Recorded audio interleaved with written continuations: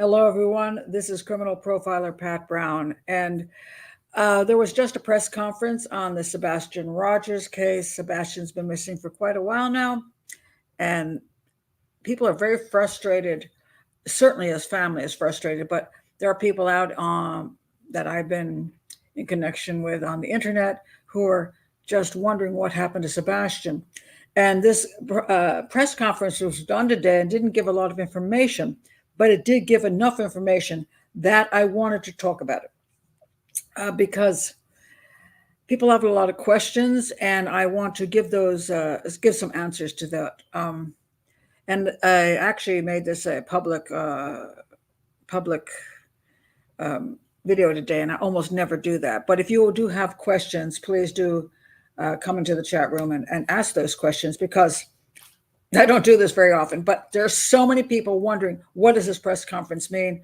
And what the heck, I'm going to go ahead and give you my thoughts on it and answer your questions. So welcome, everybody. Now, I have done a number of videos on Sebastian Rogers. I'm going to link them in the description box. And I've done them on mostly the step parents, the mother of Sebastian, and also his stepfather. So they have not done well, shall we say, in the social media. They've done a number of interviews, including Nancy Grace, and didn't go well for them. People didn't particularly like them. They didn't trust them. They found them, they really think they might have something to do with what happened to Sebastian. So I'll link my videos on that. I'm also going to link a video that was done on, it was analysis of, a statement analysis of Seth Rogers, who was the biological father of Sebastian, and it's done by Deception Detective, who I have a lot of respect for. He's new on the YouTube, and I've liked what he's done so far. So I'm going to link that. I agree with him entirely in what he says about Seth Rogers, his father. Why? Because Seth Rogers, every interview I've ever seen him do, I've never seen any deception. He's a heartbroken father who's looking for his son. And I like the way the Deception Detective goes through his interview and clarifies a lot of what is going on with, Seth Rogers in the search for his son.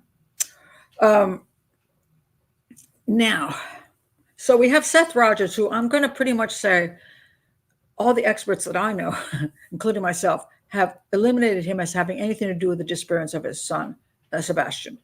However, the step parents, their behaviors, their interviews are deceptive and concerning.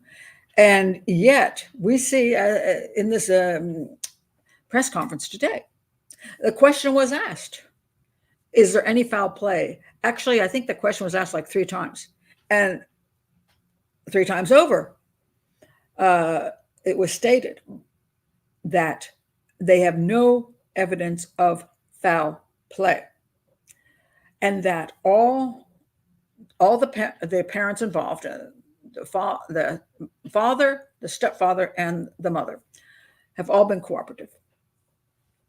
That's what they said. No evidence of foul play. So what most people are getting out of this is that what the police are saying, and that they seem to be stressing, and I'll say this, they seem to be stressing that Sebastian did indeed leave of his own accord out of his home in the middle of the early morning hours, barefoot, and vanished. A child who is on the autism spectrum, and has no money to speak of, didn't take a phone. Where did he go? He wasn't on social media, so who would he have contacted to meet up with? None of this makes sense. There were some lights in the backyard, which the police and has pretty much they said that has nothing to do with this. So those lights in the backyard was pushed on social media, one of those gossipy things that didn't mean anything. So there's zero footage of him leaving his home or being anyplace else.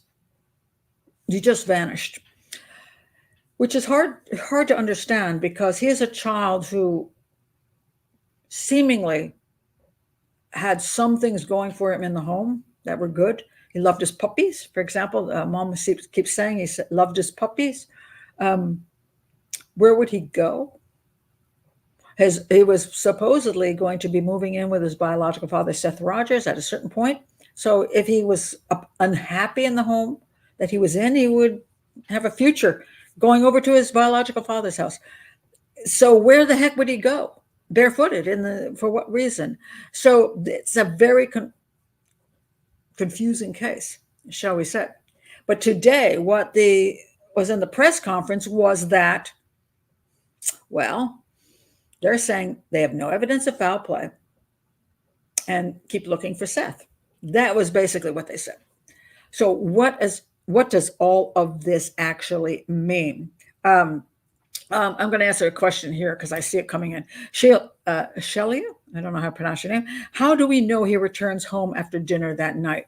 All right, let me go through the issue of one of the things they're not telling us very clearly is the last time he was seen. Now, supposedly, according to the mother, she had gone out with Sebastian, and they'd gone to BJ's, and then they'd gone bowling, and then they went out to dinner with relatives, and then they returned home. That's what I have heard. Now, what does that mean? Well, if that's true, the last time he was seen by human beings would be at dinner time at a restaurant. I don't see any confirmation of that, but one of the things we have a problem with being outside of a police investigation is we don't know what they know. I'm sure. I want to point this out. As a profiler, I have this problem myself as a profiler. In this case, I'm not on the inside of this investigation. I do not know what the police know. Oftentimes when I've worked on cases and I've been brought into an investigation, before I go in, I'm like, oh, wow, I think this is what could have happened. And the family's telling me this and so on and so forth. And then I get in there. I'm sitting in the room with all the evidence. I'm looking at crime scene photos. I'm looking at autopsy photos. I'm looking at interviews. I'm like, oh, well, now I know what happened, and it has nothing to do with what I thought outside the investigation. So understand this about the police investigation. It's their investigation. One of the things I do object to on the internet and social media is, look, I do an educational channel to help you understand things, but I never tell you to go out into the real world and start investigating. We don't know what they know. Don't go out there and start accusing people. Don't go out there and start giving tips based on stuff that you heard on social media. It's driving the police nuts. They're like, stop it, because you're going on gossip and you're going on theory, theory is fine if you just want to understand things, but do not go forward and into the real world and get involved with a police investigation. It's not your place. The police are doing their investigation. I'm not involved. You're not involved. They're the ones doing the investigation. They know way more than we do. Now, I don't know. I'm sure they have interviewed, I would think, the relatives of Sebastian, who supposedly had dinner with him, to know what time dinner ended, at what time he left the restaurant. There's another interesting issue about he supposedly put out the trash. I have heard that a neighbor or somebody saw him putting out the trash. If that is true, then he arrived home. But I have no clue whether there is evidence of that or not. So I don't even know. I don't know when he was at the restaurant. I don't know when he left. I don't know if there's proof he arrived home. So your question is reasonable. Did he arrive home? I do not know. The police would have investigated this. And if they had evidence he arrived home, then they have a better understanding of the time frame. And that nothing could have happened to him on the way home.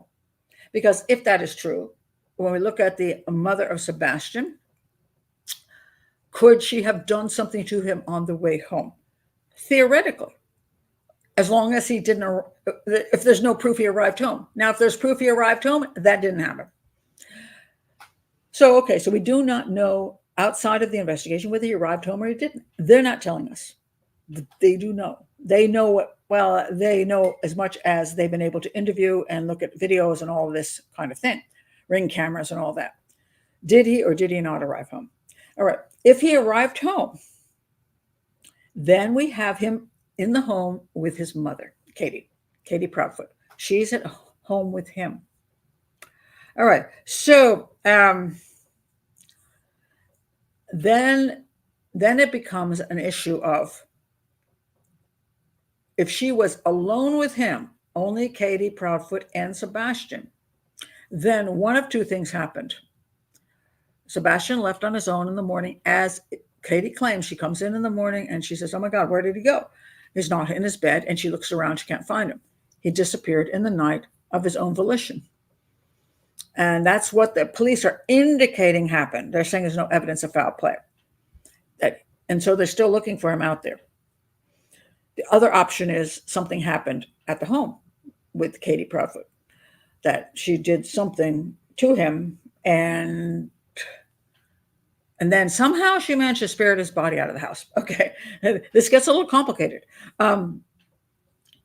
Now, there are some who would say, and I say this myself,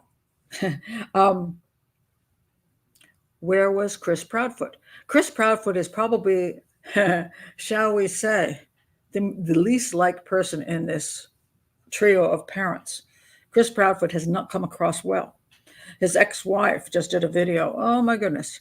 And everything she said in the video, I'm going to say she left a few things out, but it was pretty, I believe most of what she said. Chris Proudfoot has been through a bunch of wives. He appears to be a rather controlling human being. I'm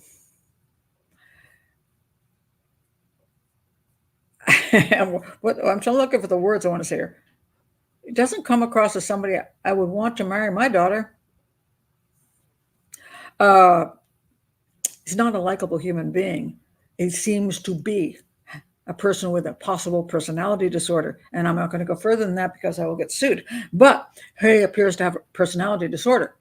So he comes across terribly in every interview he does, and he should stop doing them. Does that mean he had anything to do with Sebastian going missing? No. And I'll give you two reasons why. One is, according to Chris Proudfoot and his wife, he had not returned home since the very early days of February. Now, mind you, he's supposed to come home every 2 weeks and hang out with his family, but I don't think that's true. I think he avoids coming home and hanging out with his stepson as much as possible. He works out of Memphis. His family lives in outside of Nashville. Like, it's a long way. He's always away from home. I've had people attack me and say, "Oh, some people, he's I think it was the crane operator or something." It's like, hey, maybe that's what people have to do in the business. They have to find work where they can. Hey, Nashville's not a small town. You can't find work there. His family is there. His wife is there. His stepson is there. He's supposed to be helping. He's supposed to be a family man. But he spends the majority of his time in another city 3.5 hours away. I'm saying he likes doing that. He's perfectly happy being far, far away and not being involved with his stepson or his wife necessarily, which is why he's had so many. He chooses not to be near home. And that doesn't make him a killer. It doesn't mean he did anything to Sebastian. It just means maybe he's that kind of guy. So when you look at interviews, when I say I see deception in interviews, which I have seen with both of them, I think a lot may have to do with just their personality issues and their psychological issues. I can't say that they did something to him, but they don't come across well. So question comes down, because he's supposedly been away for an entire month. And he bubbles his way through his Nancy Grace interview, and that's listed below too in the description. He bubbles his way through trying to explain, "Oh yeah, I came home." No, he didn't come home. Okay, that was not in February. That's in January. He doesn't do well with it. And he wouldn't have come home that weekend that he went missing if he hadn't been told to come home. So he really wasn't planning to come home that month at all. So this 2 weekends a month, I don't even buy it. How much time he ever spent with Sebastian is questionable. Now, let me say this. Stepchildren are difficult. Even if you're the most wonderful person in the world, anybody knows who's married and they have stepchildren, it's very difficult situation. stepchildren are difficult because he has another parent. He has a biological dad, and he's connected more to him than he's going to be to Chris Proudfoot. It's not a good situation. It makes it very difficult to handle this child. And he's autistic on top of it at some point on the spectrum. So hey, I can't fault Chris Proudfoot for saying, man, I'd rather be in Memphis. This is just too much work. I can't say I blame him for that. So being who he is, I'm not fond of him. I wouldn't want to marry my daughter. I think he exhibits some issues of personality disorder on a spectrum to the very end. But that doesn't mean he had anything to do with what happened to Sebastian, his disappearance. However, what makes people question is that he claims he was not there. Katie Proudfoot claims she was not there. The police have not said ever that they have absolutely proven that Chris Proudfoot was not in the home on the evening before he disappeared. They've never said that. Now, Chris Proudfoot has said, we've been cleared. No, they have not. The Proudfoots have not been cleared. Not at all. They've been vetted. Everybody's been vetted. The police will look at everybody's information, their phones, their locales. They're going to do all that investigation. But the police have never come forward and said anybody has been cleared. And Chris Proudfoot is the easiest person to clear because he shouldn't have even been anywhere near the home.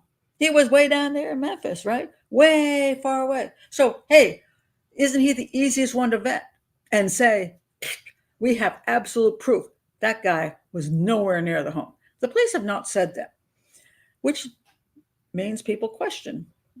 Maybe the police have found that they can't prove that he didn't come home at some point and then leave again. What vehicle was he driving? Was he really in Memphis? Blah, blah, blah, blah, blah. We don't know. Police haven't said anything. That doesn't mean the police they could have ruled him out, but we don't know. But they're not saying that. They could say that, but they're not saying that. So that leaves it as it stands.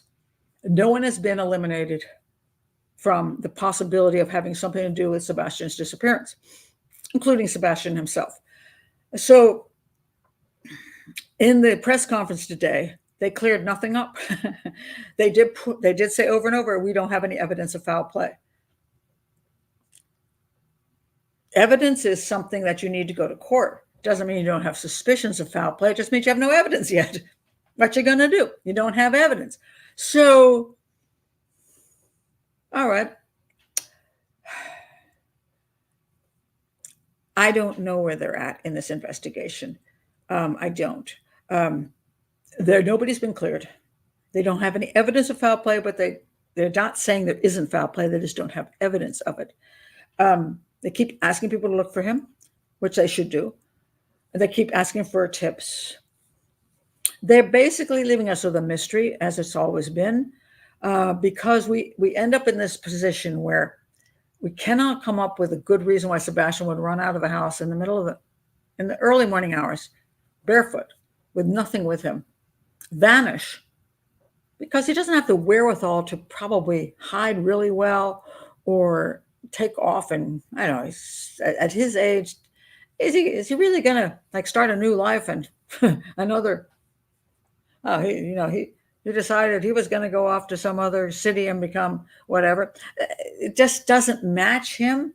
So people question, did something go wrong in the home where he was so upset that he was willing to run out in the middle of the night and then unfortunately perished and we just haven't found his body? That's one possibility. The other possibility is suppose he met somebody, but no one has any clue who he could have met. 3, could he have run out of the home and somebody grabbed him and then he's, they did something to him, a sexual predator. He wasn't on the internet, so he's not being groomed by anybody. Could he have or could it be lucky enough that, well, in a sort of way, that a sexual predator got hold of him, has been holding him hostage, and Seth Rogers, his dad, and Katie, and even Chris, have hoped that he's alive, and in spite of what he might have experienced, maybe he'll be freed at some point. Is that possible? Yeah. It's been a long time. The chances of him being alive are very, very slim. The question is, what happened to him? And the police are really not giving us much information. They're not. They're saying, hey, don't make assumptions. Please still give tips, but hey, don't listen to some people on YouTube and give tips that are all nonsensical because we're wasting our time, which is true. So, don't go there. If you don't absolutely know something, don't waste the police time. So that's where we are, and it's not it's not further on than what we knew before. And I will say one more thing before I go to all of your comments here. I want to be straightforward. Sebastian Rogers is not our child. It's a child of his mother and his father. They're the ones who have lost someone dear to them. And when we go out and we're and I'm not obsessed with this, I'm a criminal profiler. I find cases interesting, and it's an educational channel that I have. So what I'm trying to do is teach people. But a lot of people get very obsessed. Oh, the sweet child, the sweet child. Oh my God, what happened to him? It's not your kid. It's not your kid. I'm just going to say this. It's nice that you have empathy. That's cool. But don't forget, there are people near you, your own children, your own grandchildren. There are poor children in your neighborhood. There's people you can help right nearby. So sometimes when you're on the internet, you get a little obsessed about things about you develop an entire drama in your own head about a child you don't even know. And it's a little, sometimes that's what interferes with the police investigation, when people get too obsessed, too emotionally involved, and then think they should go out and try to do something that they have no ability to do, especially if they don't even live in Tennessee, live in Oregon, you live in Arizona. The kid's not there. You can't help. If you know the Proudfoots, if you know the Rogers, if you live nearby in Tennessee and you have some ability to help in the investigation because you have actual tips, please forward them to the police. But otherwise, please stand back, understand things, have some empathy, fine, learn things, but don't go out and interfere with police investigations. All right, I'm going to go to your comments. All right. Now let's see. Like I said, I don't usually do this. I don't usually have open to the public shows ever. So this is new to me. Now I want to point out silly things. Okay. And one thing I'm never going to do, move to Tennessee with children. Seriously? This is the kind of, I'm sorry, I am, but that's nonsense. Tennessee is a lovely state. People have children there that they raise and care for. The police are not doing a bad investigation. There's a lot of problems. The same thing we saw happening with Riley Strain. Oh my God, the police don't care. The police are corrupt. No, Riley Strain went out, drank an excessive amount of alcohol. Something went wrong, and he fell in the river. I've analyzed that crime. A good portion of college students, especially males, drink too much and end up in the river, in some kind of water. And it's really sad, but that's what happens when you drink too much. The police do their best investigation, and generally speaking, it comes up as an accidental death. And then people say, oh my God, you're refusing to investigate. You're corrupt. That's nonsense. Do you think that the police in Tennessee don't care about Sebastian? Do you know how much they have worked? They have worked their little buns off. They have worked around the clock. My own daughter was a homicide detective. Believe me, she hardly got home. She worked so many cases. She was so exhausted, and she cared. These people care. So stop maligning the police department. That's sick. That's sick. Stop doing that. There are cases of corruption. I'm not denying. I have spoken up against certain issues of corruption. But in the case of a missing child, it's not happening. And there's nothing wrong with Tennessee. A lovely place to live. Some beautiful places to live in Tennessee. Children can disappear in every single state, and they do. So I don't know where you're moving with your children, but good luck. Tabby says, we had 2 college guys drink and fall into rivers here in Pittsburgh. It does. It's very sad. We have a problem with when you live near rivers, it's really, if you're going to send your kid to college, make sure they go to college in the desert, because although, they could go out and die dehydration then. But kid, especially young men who live near rivers and drown, it's they drink too much and they fall in. Sometimes they're urinating, sometimes whatever it's horribly sad. I have two sons and one daughter, and all I can do is I'm like, thank God they're middle aged now. That's all I can say. Let me try to look at some of your comments here then. I'm so not used to doing public stuff.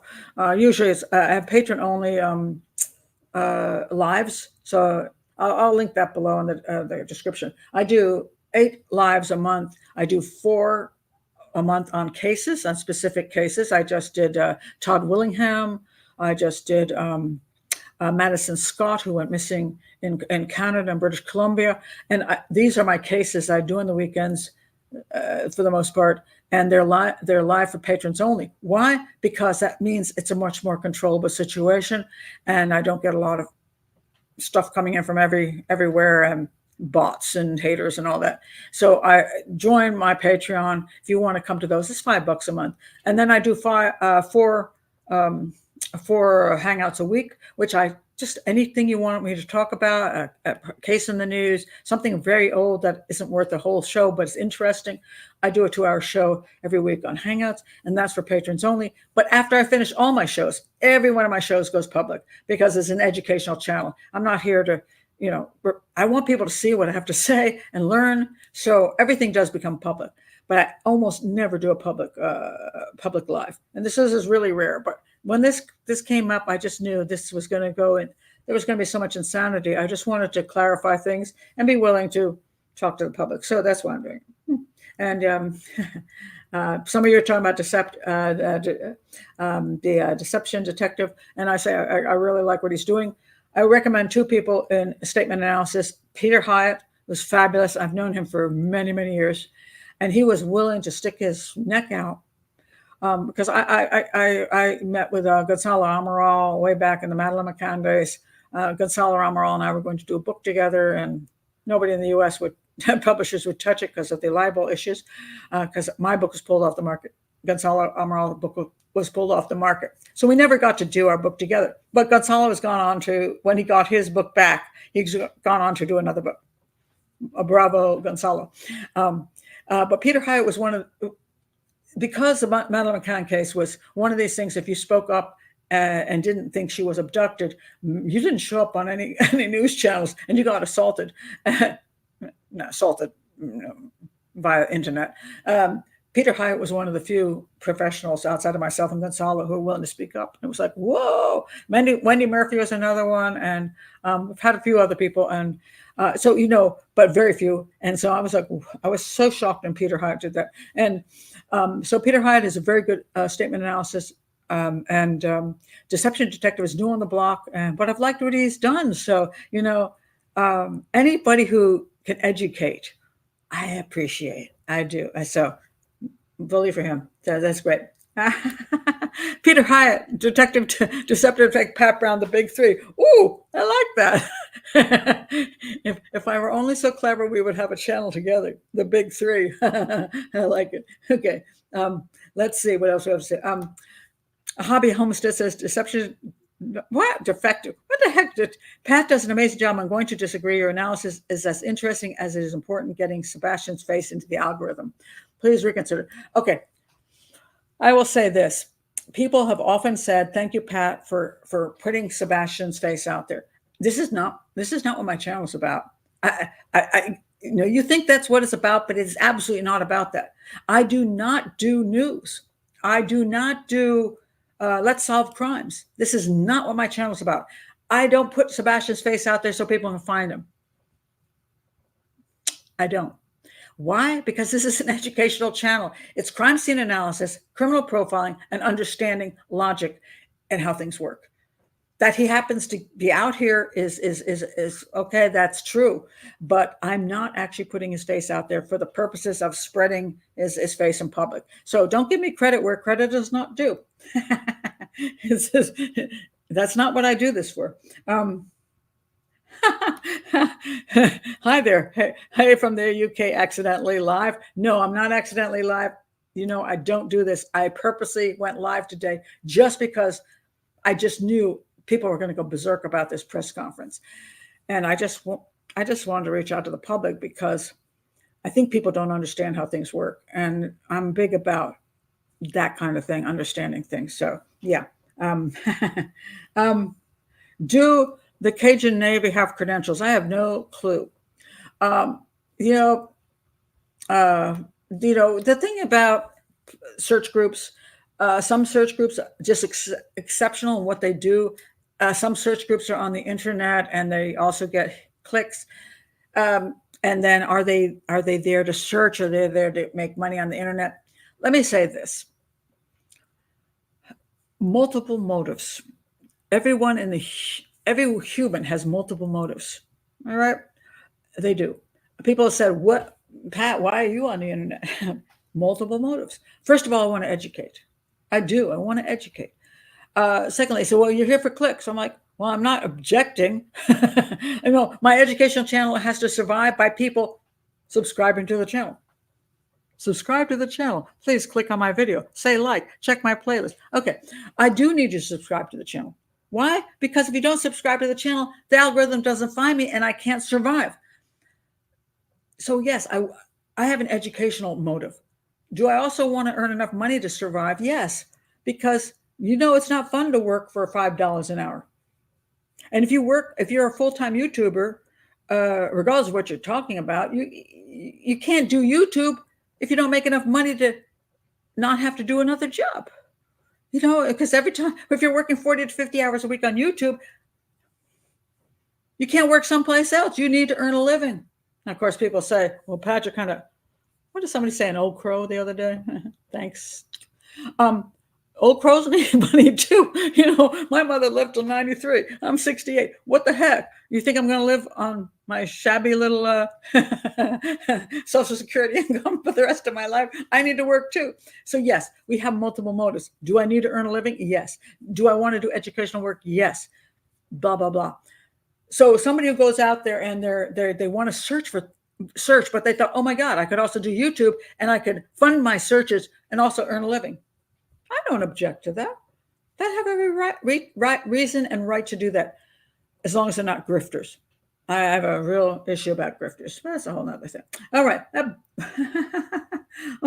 Let's see who else is out here. Lord. Fellow. Hi, Benny. One of my favorite patrons. Hi, and Clarissa's here too. Hi, fellow patron is here, and Penny, I don't do this hardly ever, and it's only because it's caught my attention today. All right, let me look at this. Wait a minute, hold on. Marilyn says there is a new YouTube doing statement analysis. This channel is Sausage Town Bob. I have no comment because I don't know who the heck that guy is. The issue comes down to quality and competence. Are they good at what they're doing, or are they grifters who find a way to make money? And I object to the grifters. Wait a minute. Where did I see that? That was funny. Hold on. Crows are smart. Okay. Well, thank you. And the very old crow is very smart. Thank you, Laura. I do. One of the things I try to do is, I have an advantage, I have to say, over younger people. I worked on television. If anybody knows who I've been for 15, I'd worked 15 years on television. I was a regular Nancy Grace, Jane Velez Mitchell, Prime News, Dr. Drew, a whole bunch of other stuff. Today Show, Early Show, blah, blah, blah. But I only got sound bites. Now, I tried always to be real, even on those shows. And I was surprised I didn't get kicked off, to tell you the truth. But now I'm older and I'm not on TV anymore. I've chosen not to be on TV anymore. And YouTube has given me a gift of being able to, quite frankly, say whatever the hell I want. And so I am finally free from producers and sound bites. So it's pretty cool, I gotta say. Well, thank you, but I say, join Patreon. Then you'll be on live 8 times a month. Oh, okay. I don't know who the heck this guy is. I'll have to check out him. I don't know who he is. He might be great. I just don't know who he is. And I'm always cautious about whether people are plagiarizing other channels. I've seen this. Like somebody can watch Deception Detective or Peter Hyatt or me and then plagiarize the information. But I'm not saying Sausage Town Bob, which is a weird name, does this. But I want to know what his qualifications are, and I want to know whether he gives something unique in his own presentation. So, um, are we at the Karen Reed case? Yeah. I had to laugh the other day because Wendy Murphy, who she was on, she's a friend of mine. Wendy Murphy used to do a lot of Nancy Grace and me, and she was on Twitter the other day, and she said, Karen Reed and her turtle, and I just burst out laughing. And if anybody knows the issue about Turtle Boy, I don't like Turtle Boy. I think he might join Chris Proudfoot on a spectrum of narcissism at the end. He might. And she said, Karen Reed and her turtle. And I just, it cracked me up so much. I was like, that's pretty funny. What? Is that true already? Oh my God. Okay. Now I'm going to have to, oh man. Okay. So I'm going to I'm going to have to look up what's happening with this. I did an entire show. I did a kind of a internet letter to Gypsy Rose Blanchard. And I said, look, I have to question a guy who wants to date a woman in prison. I think you might want to not be involved with a guy like that. And I haven't heard anything since, but I'm going to have to check it out. I hadn't heard she's separated from it. She really? Okay. You know, I wish the best, but man almighty. Curtis says, I love your frankness and passion for the truth. You're one of the best. Oh, thank you. I appreciate that. That's very nice. Let me see. I'm trying to find some comments on the, this. Yes. Okay. I heard this. Thank you for bringing this up. I live rurally and found glasses along the road I walk on a lot. If they haven't figured out if they are his, I think people need to wait. Yes, there was something I have to admit. I was driving home when I was listening to this, the press conference, and you have to understand. I have a Mazda Miata, and I have it's a convertible, right? With a soft top, and it was borrowed a number of times by my son, who managed to put a hole in it. But anyway, so the noise comes in along with the rain, and I was trying to listen to on the way home. I was trying to listen to the press conference, and I heard this thing about the glasses, but the wind was going, and I couldn't quite figure out what I was listening to. So I'm like, what did they say? So thank you. Okay, so you're saying that. Let me put this up again. I heard this thing about them finding some glasses, and he does wear glasses. And so the question is, whose glasses are those? Now, I have to admit this. There's an amazing amount of glasses on the sides of roads.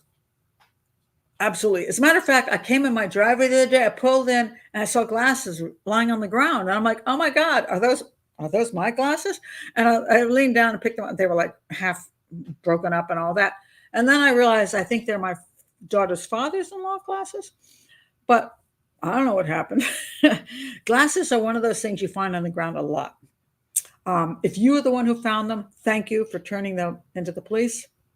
If they're Sebastian's, it's a very, very important piece of evidence. If they're not his, well, then they're not, but you've done the right thing by turning them in, because there's so little information about what the heck happened to Sebastian. It's fun. It's unusual in the sense that, if you had, how can I say this? People at home who had access to him, who could move him, and there was no way anybody would know anything. That's one thing. But his whole situation is so strange. It's just hard to understand. It really is. And so that's why we don't know. But thank you for taking that to them if you're the person that did that. Let's see.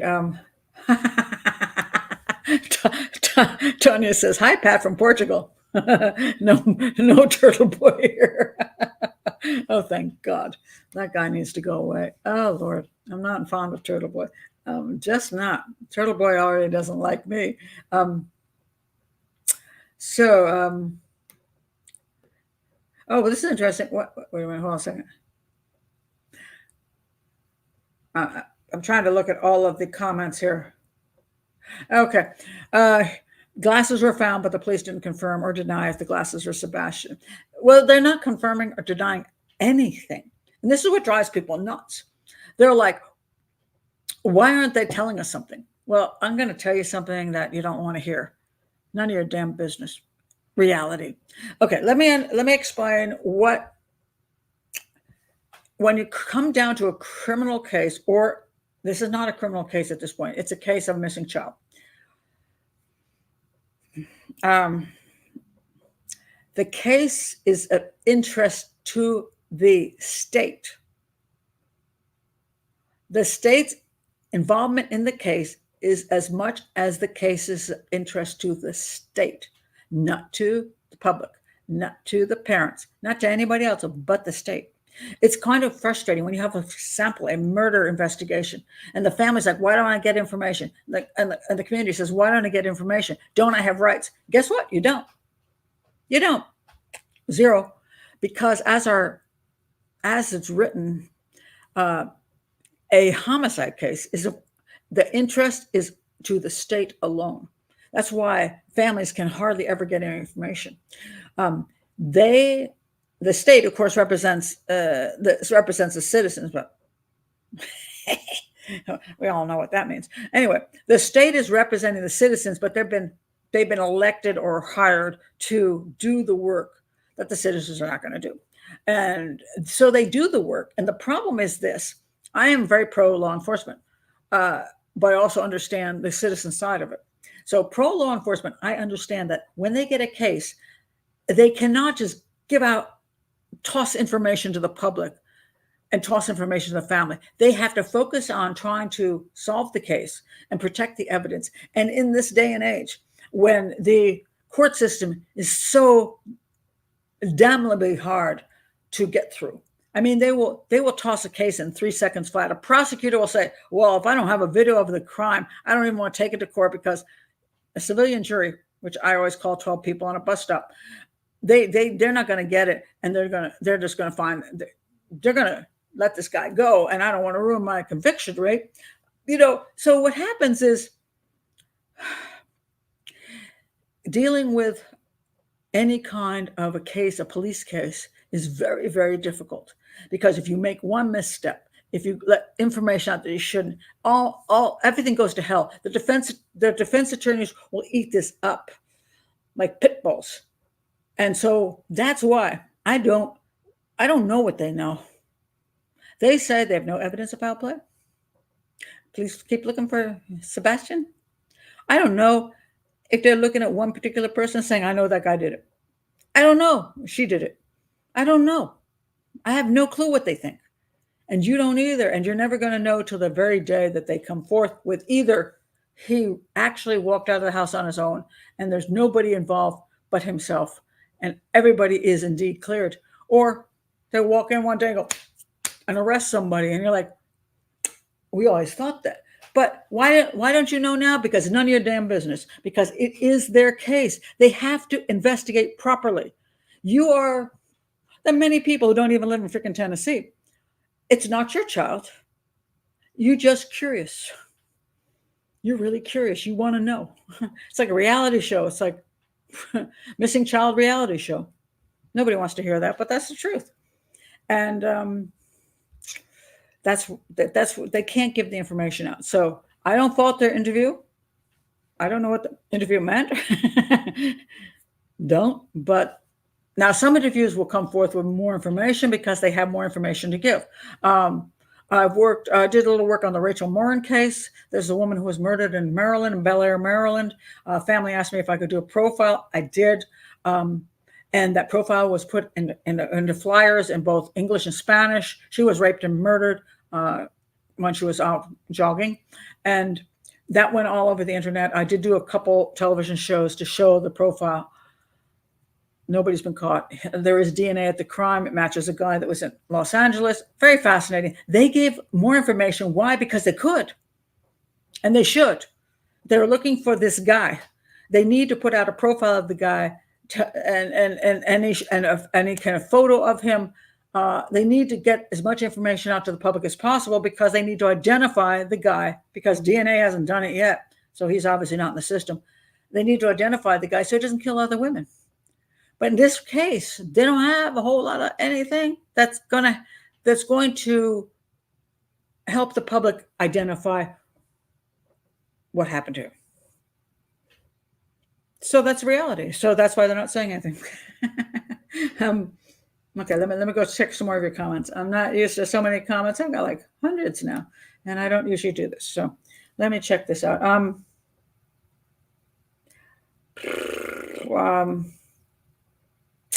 The answer to this, Richard, is supposedly no. He did not have social media.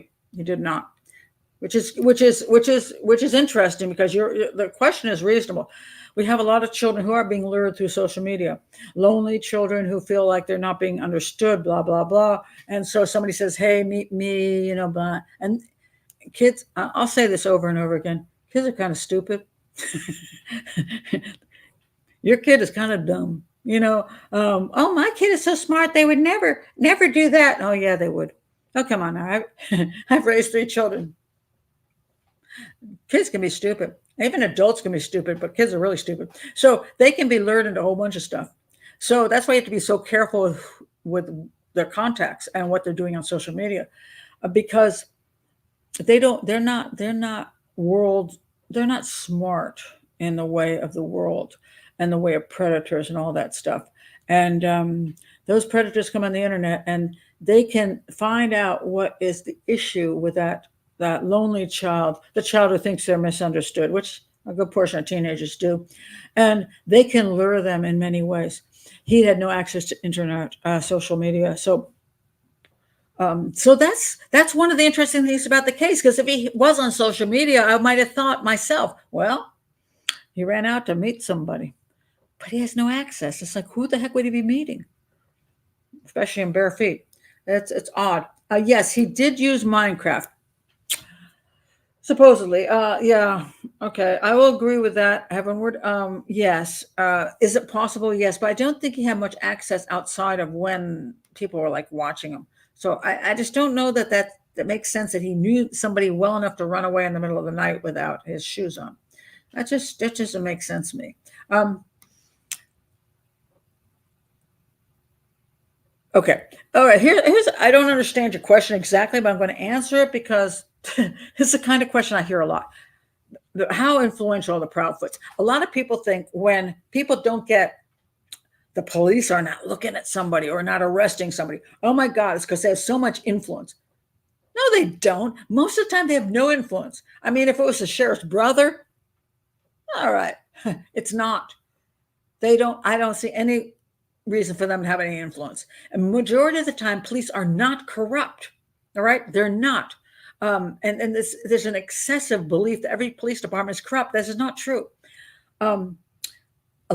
Sometimes when you see what is considered a cover up, it's mostly because basically they failed to handle the case well, and they just don't want to admit it to the public because it's like political suicide. So they're like, yeah, we're just gonna, and they just don't admit stuff. I have cases that have gone south that I've worked on where there's a couple cases where I think that the wrong person was convicted. Is it because they were connected to the sheriff's department, the police department? No, it's because they wanted to close the case down, and somebody in that department decided this was a good way to do it. So there's corruption on the part of like maybe 1 or 2 people who just trying to get out of the difficult situation they're in, not because they're involved or their relatives are involved in the case or anybody has any great facts. Eugenia says, the fact that the Prophets are not looking for him tells me all I need to know. Yes, I've seen Chris' ex-wife's interview. That's what I was pointing out, that I think I found her not deceptive except for a few little things, but I found her to be pretty much describing Chris Proudfoot as probably the way he is. And the Proudfoots are not looking for him. They claim they are, but they're kind of lackadaisical, shall we say? The question is why. And here's something I want to point out. Okay. Sometimes people don't do what you think they should do, not because they're guilty, but just because they're shitbirds. I don't know if that's a proper term, but all right. Chris Proudfoot, I don't think, I'm going to say this. Chris Proudfoot, I'm pretty sure, was not like highly involved and madly loving being a stepfather of his son, Sebastian, his stepson, Sebastian, not his biological, but his stepson. If Sebastian disappeared, he might say, "Oh, what a shame." Not that it did anything to him, but well, whew, that kid's out of my life. I can now have my wife when I want to have my wife. I don't have to deal with the kid anymore. It doesn't make them guilty of a crime. It just makes them maybe they don't give a crap so much about the person who's the child. That's one thing. As far as the mother goes, I think she's more connected to him, but he, so I don't know. Why wouldn't she spend more time looking for him? Why is she going down to Memphis to hang out with her husband? She claimed along the way she might just find her son. That's interesting. I don't know if that was a throwaway comment because she just had no way to say, well, why aren't you staying in the area instead? She's like, okay, I could look elsewhere. Or does she know something, as some people think? Is she just hopeless at this point? Because she figures she's not ever coming home. So what's the point? Is she just willing to say, screw it? I don't know. We're talking about people's personalities as opposed to whether they're guilty of a crime. Now, sometimes they go together, but sometimes they don't. All right. Let's see. Now I'm curious who Turtle Boy is. Do I want to give Turtle Boy a shout out? Not really. He is involved in the Karen Reed case. Karen Reed has been charged with running over her boyfriend, who was a police officer, and leaving him for dead in Massachusetts, right? And so Turtle Boy is her little, her turtle, and he considers himself a journalist, but he is very aggressive, and he's been arrested for intimidating witnesses and all kinds of things. He has his own channel. All you have to do is put Turtle Boy. You'll find out who he is. But please, do not get suckered by this complete grifter dude. Anyway, let's see. Carla says she's talking to somebody else here. I share frustration with unsolved cases, but Ellie can't invent evidence where none exists. Oh, thank you, 100%. Thank you. This is entirely true.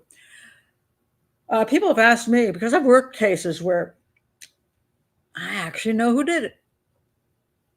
Yep, know who did it. Worked on the case, know who did it. And actually, when I was working on the case with the police department, they're like, oh, man, yeah, you're right. Now it's all clear. And then when I walk out the door, they're like, hide that case. And they shelved that case. And they tell the family, well, she couldn't help us. I get stabbed in the back.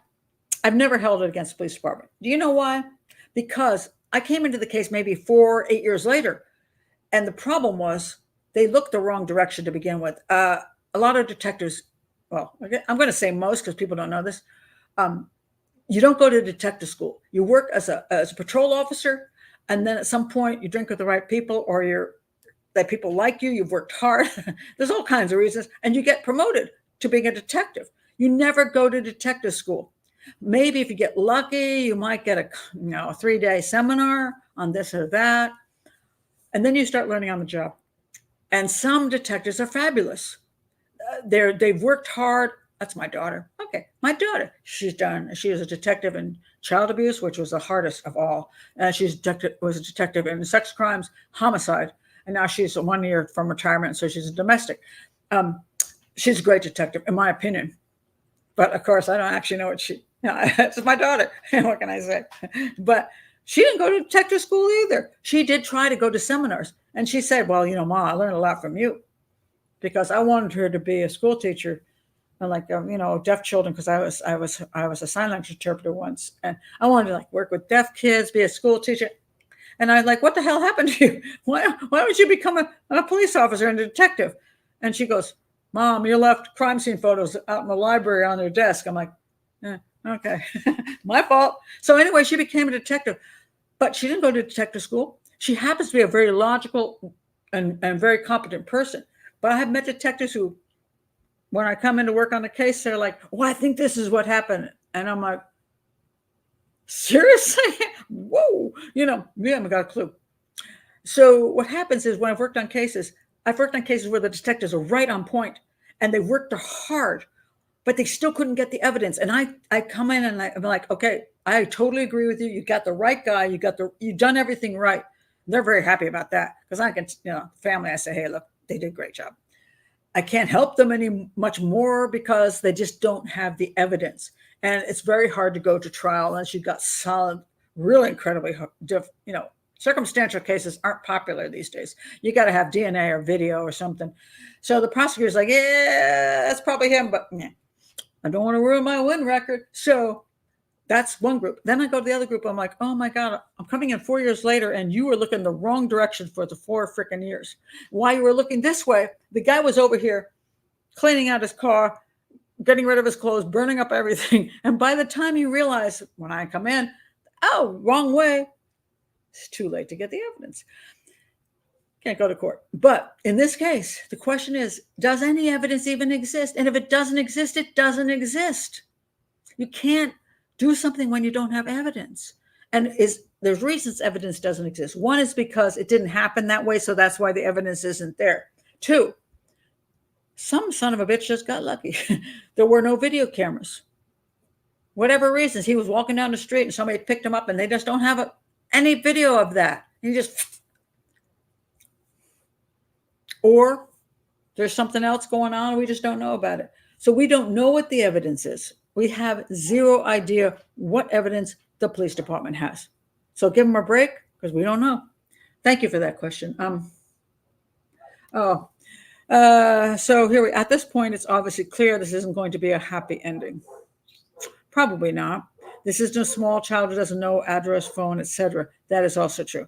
This child with disabilities knows how to contact family. There are kids who run away from home. There are. And they get involved in sex trafficking, which is just basically they get picked up jump on a bus and the bus ends up in New York City and a pimp shows up. We used to call this prostitution. Now we call it sex trafficking. That's mostly for the legal aspects of being able to arrest crossing state lines. But people have misinterpreted a lot of that. But anyway, he could have gone to New York City on a bus and been picked up by a pimp and be working the streets of New York City. In theory, but he didn't leave the house with anything that we know of. And he's also on the autism spectrum. And it's just really hard to believe that he literally ran away from home with a plan. I don't see a plan here. So either he never left the home on his own accord, or for whatever reasons, he was so upset that he ran out of the home and something unfortunate happened to him, which would more likely be an accidental death than it would be a kidnapping. But you never know. So we don't know. Is it true? Law enforcement doesn't have to tell us the truth. Could be bluffing to throw the person off. 100% accurate. They're not required to tell the public the truth. They may have their eye on somebody, but they don't want to let that somebody know. So they're saying, yeah, we don't see any sign of foul play. That could be true, or it could not be true. We will not know because we, the public, do not have a right to know. We're just here. We're not his parents. Most of us don't even freaking live in Tennessee. He's not a child we know. We're voyeurs. Now I'm trying to do this as an educational channel, so I'm going to give myself a bit of a break. But there are people want to learn educationally what's going on, and the people who just have empathy, and I respect that. But a lot of it is voyeurism, and they have no requirement to satisfy voyeurs. They don't. They're like, what's your damn business? You live in you live in California. You have no information on him. You don't know him. We don't have to satisfy you with information. So yeah, they are under no requirement to tell us the truth. 100%.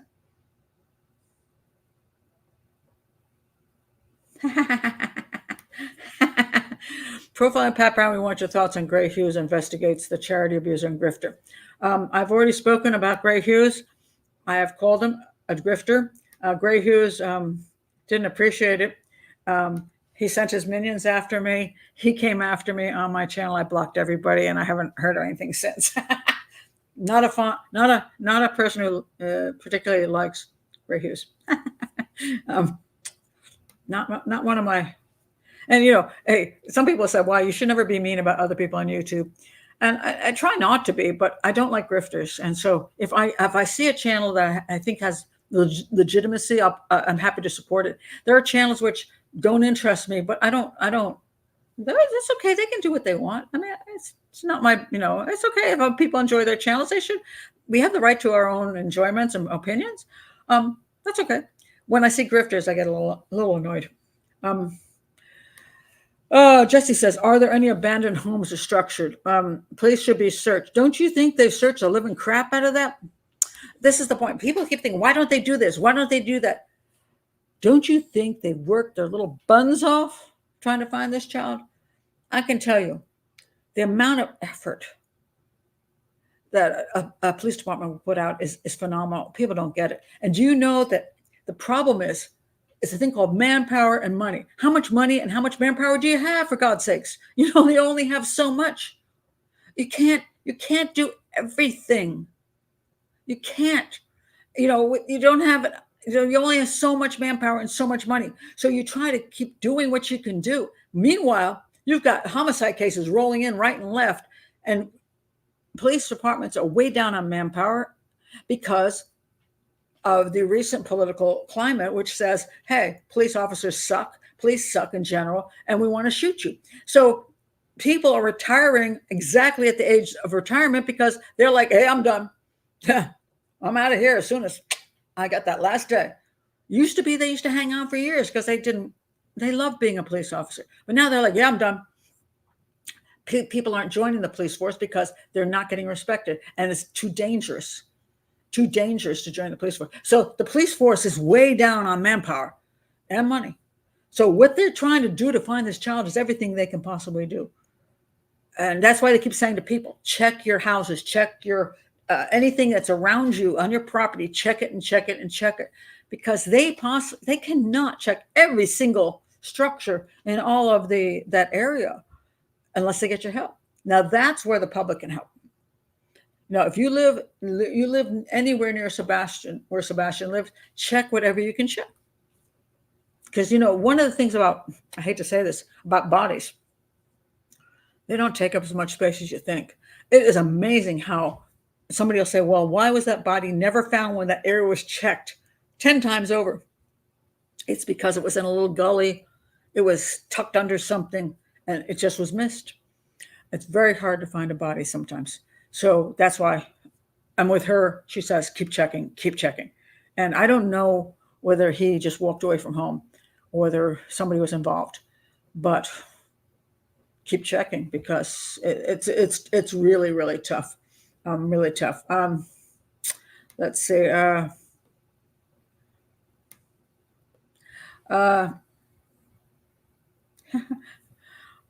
Yes, there are intelligent people all over the world, and there are a whole bunch of dumbasses too. Sorry. I mean, we be realistic. We're all humans. Some are smarter, some are not so smart. We all have different agendas. No, sorry, I just had to comment on that. Okay. Kung Fu Panda. In my opinion, people are searching for answers in this case because the only arrests being made in these high-profile situations required Journals and videos of the crime being left behind. I have no idea what the hell you're talking about. All right, let me move on. I don't understand that. People are interested because they want this child found, because it's one of those, also one of those mysteries. And if you have children, the thought of your child just walking off in the middle of the night, disappearing, is horrifying, and never being found. What the heck? He's only 15 years old. He doesn't have great skills. Why has he been found? So the either he just went into some place where he just hasn't been located body wise, um, and just one of those freak things that you just can't find the body, or somebody did grab him and he's in somebody's basement, or somebody did something to him who is connected to him and found a good place to put him. Those are the options, and people, it drives them crazy because we just don't know. I mean, personally, it doesn't drive me crazy. Now, people ask me, why doesn't it drive you crazy? It's driving us crazy. Well, it's because I'm a profile. I accept that sometimes you don't get an answer. I've worked cases where I'm like, yep, don't have a clue. I've worked cases where I know who did it, but they're never going to be arrested. Can't do anything about that either. I have had to learn to live with reality. Reality is reality. So, a lot of cases are unsolved. That's reality, and I can't change that. Okay. um, let's see what else. Pat is not only a professional; she makes me laugh 24/7. Yeah, well, there's two sides to this too. There's those people who think I like Pat Brown because she has a sense of humor, and now people say, "How dare she? She's talking about these horrible cases like Sebastian, and she has to, uh, why the hell audacity to laugh over something like this?" And so I'm not everybody's cup of tea, shall we say? Um, I will explain myself this way. Um, do I care? Yes, I do. Do I feel sad that these children or humans or whomever, people have been murdered, raped, and all these horrible cases that I talk about on my channel? Yes, I do. I've worked in profiling. How many years is it now? 30? About 30 years. And I've dealt with parents who brought me to tears because they're talking about their child. And I've seen horrible things. I've had my share of dealing with the emotions of what's happened. But if I am not right in the moment of being connected with that family, if I'm not, I used to work as a medical sign language interpreter at the hospitals. That was my earlier job, and I had to interpret for people. I had to tell them, "I'm sorry, but your daughter is dead." That, to me, those hospital moments were actually worse than anything I've done in profiling, because I was there in the moment that another human being had to deal with a horrible loss. And it was very tough. I can cry. I can. I can have tears and all that. Why do I make jokes during my shows and smile and all this kind of stuff? It's simply because I don't. I can't live my life right now and do my shows and be all sad looking during all my shows, which is mostly, by the way, just fake drama by people who are doing shows, because they don't have those real intense feelings. They're just trying to present themselves as being very empathetic. Oh my God, did you? It's so sad. And they're putting they're playing a part. They're doing a drama. And I'm just not willing to do that. I'm an educator, and when I educate, I like to communicate. And yes, I do like to have a good time while I'm doing it. And so sometimes I joke, and sometimes possibly inappropriately. Doesn't mean I don't have feelings for what the family is going through. It's just that's the way I like doing my YouTube channel, because otherwise I don't want to spend my life doing it depressing stuff 40, 50 hours a week. So, cup of tea? Not my cup of tea. But I'm glad I'm somebody's cup of tea. That helps. Let's see. Carla says, appreciate your input on grifters. Sometimes hard for people to assess social media folks if we're not experts in the field. Yeah, I'll say this about grifters. It's this. When you're looking at a channel, understand what they're doing. Now, there are people who do, for example, there are true crime channels where you have a woman who does, it's usually women, sometimes men, but often good percentage of women who will tell a story about a crime. The good ones, the ones I don't call grifters, they do one show about a crime, and they show their different photos from the crime. They do good research, and they're very good storytellers. They have 1 million subscribers or 2 million subscribers, way more than I do. Why? Because people like to listen to the sad story and want to, oh my, hear all the details of the crime. They don't necessarily want an analysis. They just want to hear about the crime. And they do a good job of it. That's not a grifter. They're just good storytellers. So I can't knock them for that. Then there are people who will take a case that is clearly not a crime, maybe an accidental death or something. Was it Kylie Rodney? Is that her name? As a girl who fell in the water with the vehicle. There were grifters out there because they did 100 shows on that one case. Every day they come up and go, oh, we've heard this, we've heard that. Somebody at the campsite said this, somebody said that.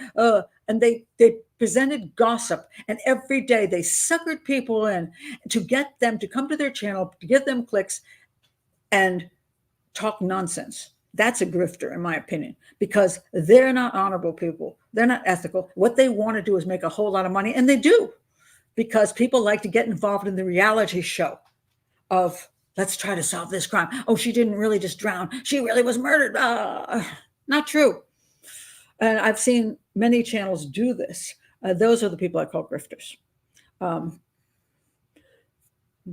that's it. It's like, just don't abuse the public. Don't do 100 shows on one crime that you don't have any knowledge of and that you're just doing gossip. That's grifting, in my opinion. But it's not illegal, And if people want to watch that, well, they can. YouTube is very much of a free zone. They don't, unless you do certain political things that they kill you demonetization for, or certain things that they don't allow certain terms and words on shows, or they demonetize, mostly because they claim that advertisers don't like it. I think advertisers could care less. I think it's a social, kind of a social conscious thing they're doing. But it's a platform. People come on the platform and they present what they present. It's kind of like books. I mean, I've seen people's books out there. I think the worst book I've ever written. I'm sorry, not written. I've written only great books. Check below. I write great books. Okay. No, one of the worst books I've ever read. And I'm like, what the heck? They've got like 50,000 comments. And they've obviously made like millions of dollars off this stupid book. I'm like, who the heck thinks this book is any good? Well, if you want to read the book, it's your right. They write a book that you want to read, that's their right. They're not grifting. They're just, if they can sell it, they can sell it. That's their business. As long as they're not unethical in doing so and manipulative. Those are the two things I have problems with. So, some people make a lot of money doing stuff that I think is stupid. Bully for them, I'm not so lucky. But if you're going to watch crime channels, try to find crime channels. If you're going to look for analysis, find professionals who analyze. If you just want to hear a story, go to somebody who does a story well.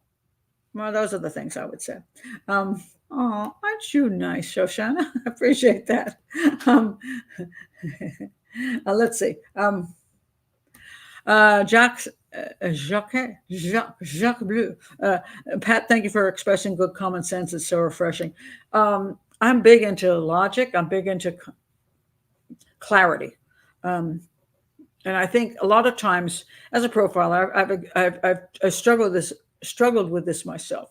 So I'm reading stuff from another criminal profiler, and I'm like, it's so full of academic words, so fancy stuff. And I'm like, when I finish reading the whole thing, I'm like, why don't I understand anything? I'm a criminal profiler. I have a master's degree. I've written books on criminal profiling. I developed the first criminal profiling certificate program in the country, and I don't understand what this guy's saying. Am I stupid? Or is it that he's, shall we say, creating something that is confusing enough and very academic like that it seems like it's intelligent, but we don't know what the hell he's saying because maybe he's not saying anything. That's the whole problem. So I try to be very, I don't think you have to wrap things in fancy words and wrap things. I do know some fancy words. I do. And I don't think you have to wrap things so in stuff that makes you look incredibly brilliant and smarter than everybody else. Because I personally think I'm not smarter than everybody else. I think a lot of people are very smart, and I just want to be able to communicate with people what my experiences are in the field and with criminal profiling and what I've learned. And therefore, you can learn it too. If I can't teach you, then it's nonsense. I always find it funny that there's like, some people think, oh, it's only the FBI profile, so they don't always know anything. I'm like, why is that? You got hundred thousands of doctors in the country, you got hundred thousands of lawyers, hundred thousands of teachers, but you only have 9 profiles because somehow they have some psychic connection to the profiling world, and they can't teach it. Why not? If you can't teach it, then you don't know what you're talking about. That's my opinion. Okay, let me see what else. You're so nice, Shoshana. That's very sweet. This is a good point. Okay, so Judy says, I'm so disappointed with the true crime community right now. They refuse to listen to Ellie, and they keep going on about the mom and the stepdad. All right, 2 things. 1, I agree with you in the sense that, well, first of all, law enforcement is not saying that the mother and the stepdad are cleared. They never said that. They said there's no evidence of foul play. And I don't know if that's true or not. Now, they may have no evidence, but may believe there's foul play, or they may have no evidence because there is no foul play. Mom and stepdad. I will say this. You have 2 choices in life. 1 is going on social media, and 2 is not going on social media. All right. When you go on social media, you put yourself out there to the public. You have to make a decision before you do that. What your purpose is. Seth Rogers, his dad, has made the decision, not as much as he does not do as many interviews as have the mom and stepdad, but he has finally come out a little bit on social media and he's talked to some people, and he comes across extremely well. I have no issue with this, with a biological father, Seth Rogers. Comes to me as a concerned father. He talks about his son. He doesn't give a crap. He's not giving a whole story about his damn life. He's concerned about, find my son, find my son, my son, find my son. It's very, very powerful. Mom and stepdad keep going on shows, all kinds of shows. One of them was 3 freaking hours long. I did a video on it. 3 hours long. Where Chris Proudfoot just goes on and on about, oh yeah, this is what I do and that's what I do, and they laugh a lot. And people say, well, Pat, you laugh. Yeah, but I'm not the parents of a missing child. My child's missing. I'm not laughing. I got no laughs in me if my child is missing. The laughter can, yes, it's true that sometimes people do act differently. People, they get nervous and they don't know how they respond in odd ways. This is true. You cannot take an interview with somebody, and even if you look at it and go, there, I see red flags, which I did, which is what I saw in the interviews with the step parents. I saw red flags. Didn't know why the red flags are there, but I saw them. I was concerned about what they said. Something didn't add up correctly. All right. That is also what Peter Hyatt thinks. Just something's off there. Does that mean they did something to their son? They didn't walk out the door? No, it doesn't prove that. But they put themselves on social media and for hours talking about stuff. That was their choice. They rarely talked about their son. They didn't say, hey, screw it. I'm not talking about myself. We're only going to talk about Sebastian. All I can say is I was out of town in Memphis. The police have the information that I was out of town. I did nothing to him. Katie was in town. The police have never thought she was a suspect in anything. She did nothing to him. So let's just screw that. Let's talk about Sebastian. Find Sebastian. That's not what they did. They went on and on defending themselves. Most of their stuff was damage control about what people thought about them. They presented defenses about themselves. Almost nothing was about Sebastian. Now,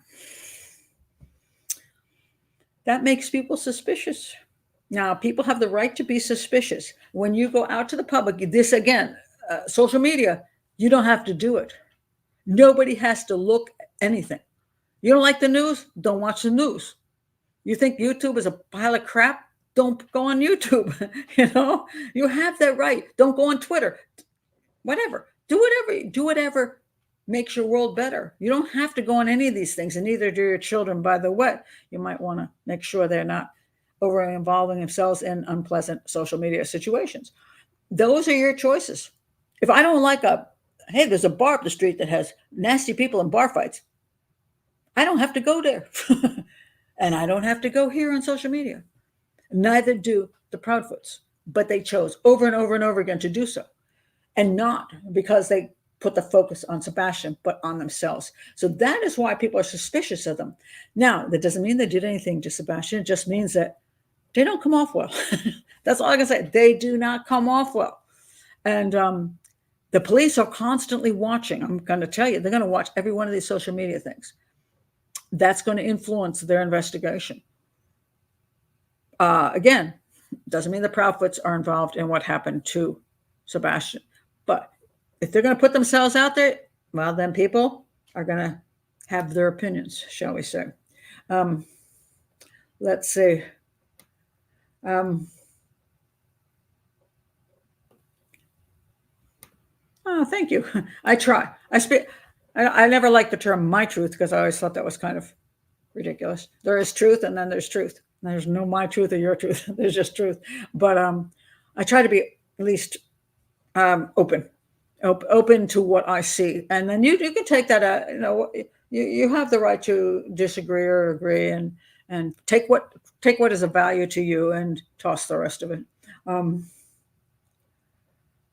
This is an interesting point, Judy.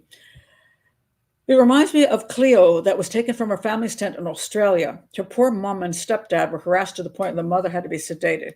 This was the Cleo case was very interesting because it was so, all I can say is this. It was an anomaly. It was so rare that the family was right there, and yet somebody snuck in and told Cleo to play with her like a doll. It was so weird. It was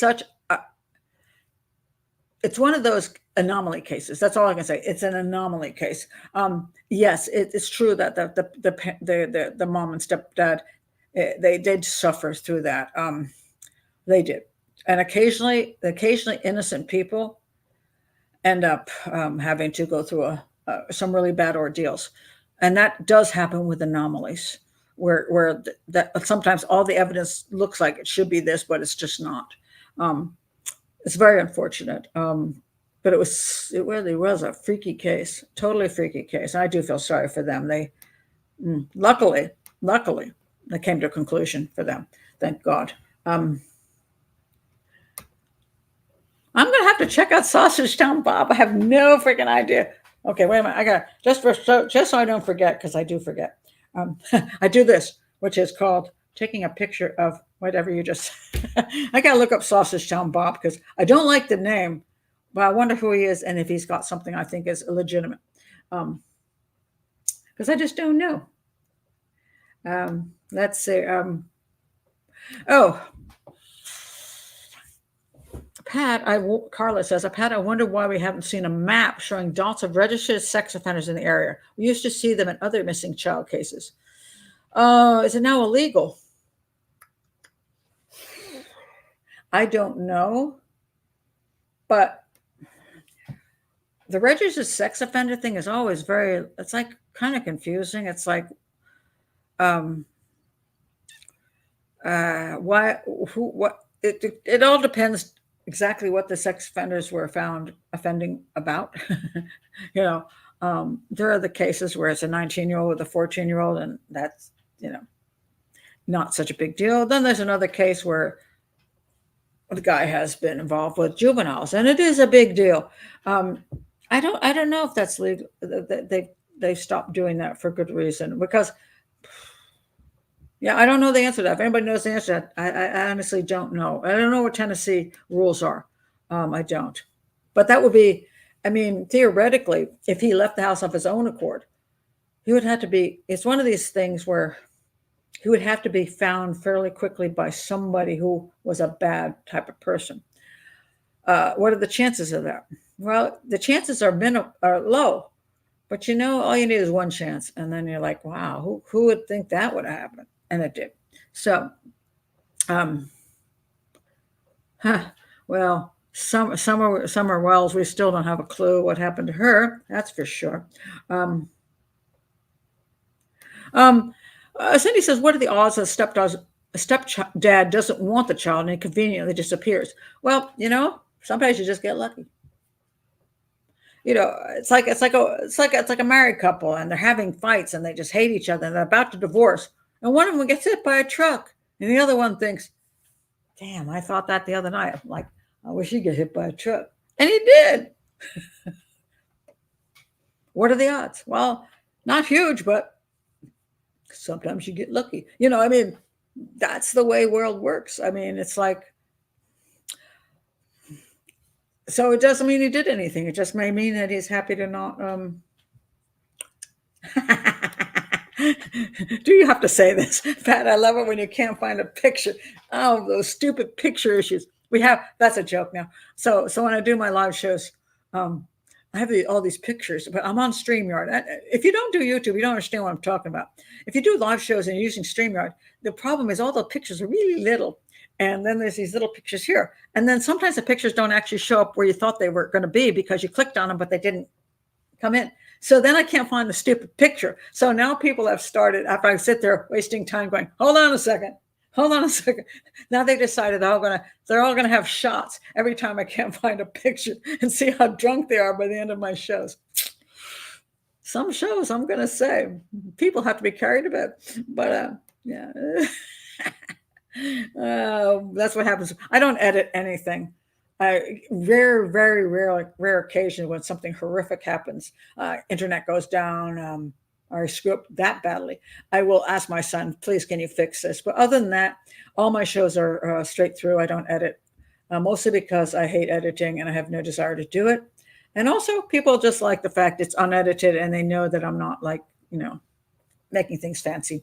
So I just don't have the energy to do.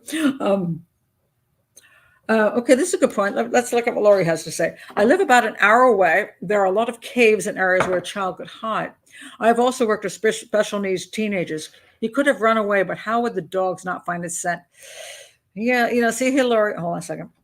Been talking a long time.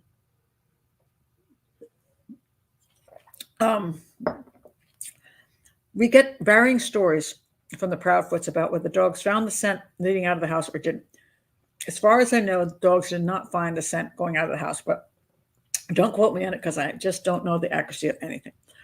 So that's odd. You would think if a child walked with his bare feet out of the house, the dog could follow him someplace, but did not seem to do so, which is why a lot of people believe he was carried out and put in a vehicle. That's why the Proudfoots keep becoming suspects to some extent. Could he go into these hidey places?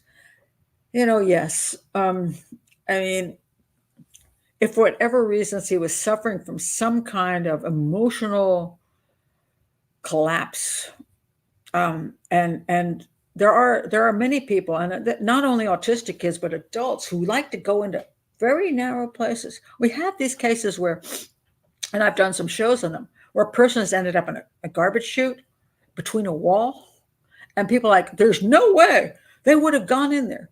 And yet they did. There's no sign of foul play. What they did is something, I don't know, some psychologists out there say, well, it's going back to the womb or some such rot. And, but I don't know. Maybe it's just oddly cozy. It's like you can hide there and people aren't going to find you. But the problem is a lot of times when people get into these situations, they can't get back out of them, and then they die because they cannot remove themselves from that very, very narrow spot or the cave they went into or whatever. They don't, in the moment, it feels like a place to get away from the world and away from problems. And in the long run, when they decide, okay, I've had my time at this, I'm going to now go back. They can't go back. So yes, that's why the law enforcement says keep looking, keep looking, keep looking, because kids can crawl into strange places. So can adults. So could be anywhere, and that's why they haven't said they. I don't know the issue of foul play. I don't know why the dogs would not have found him coming out of the house. That is the unusual thing, and why he would leave them bare feet. Now, the Seth Rogers, his biological father, says that he would never walk out in bare feet because he had an experience prior with some ants and was unpleasant because of bare feet, and some red ants got to him, fire ants. And supposedly by the front door, there were some slippers that if he went out to take out the trash, he could put the slippers on and run out there and come back. I do the same thing. I'm a barefoot person.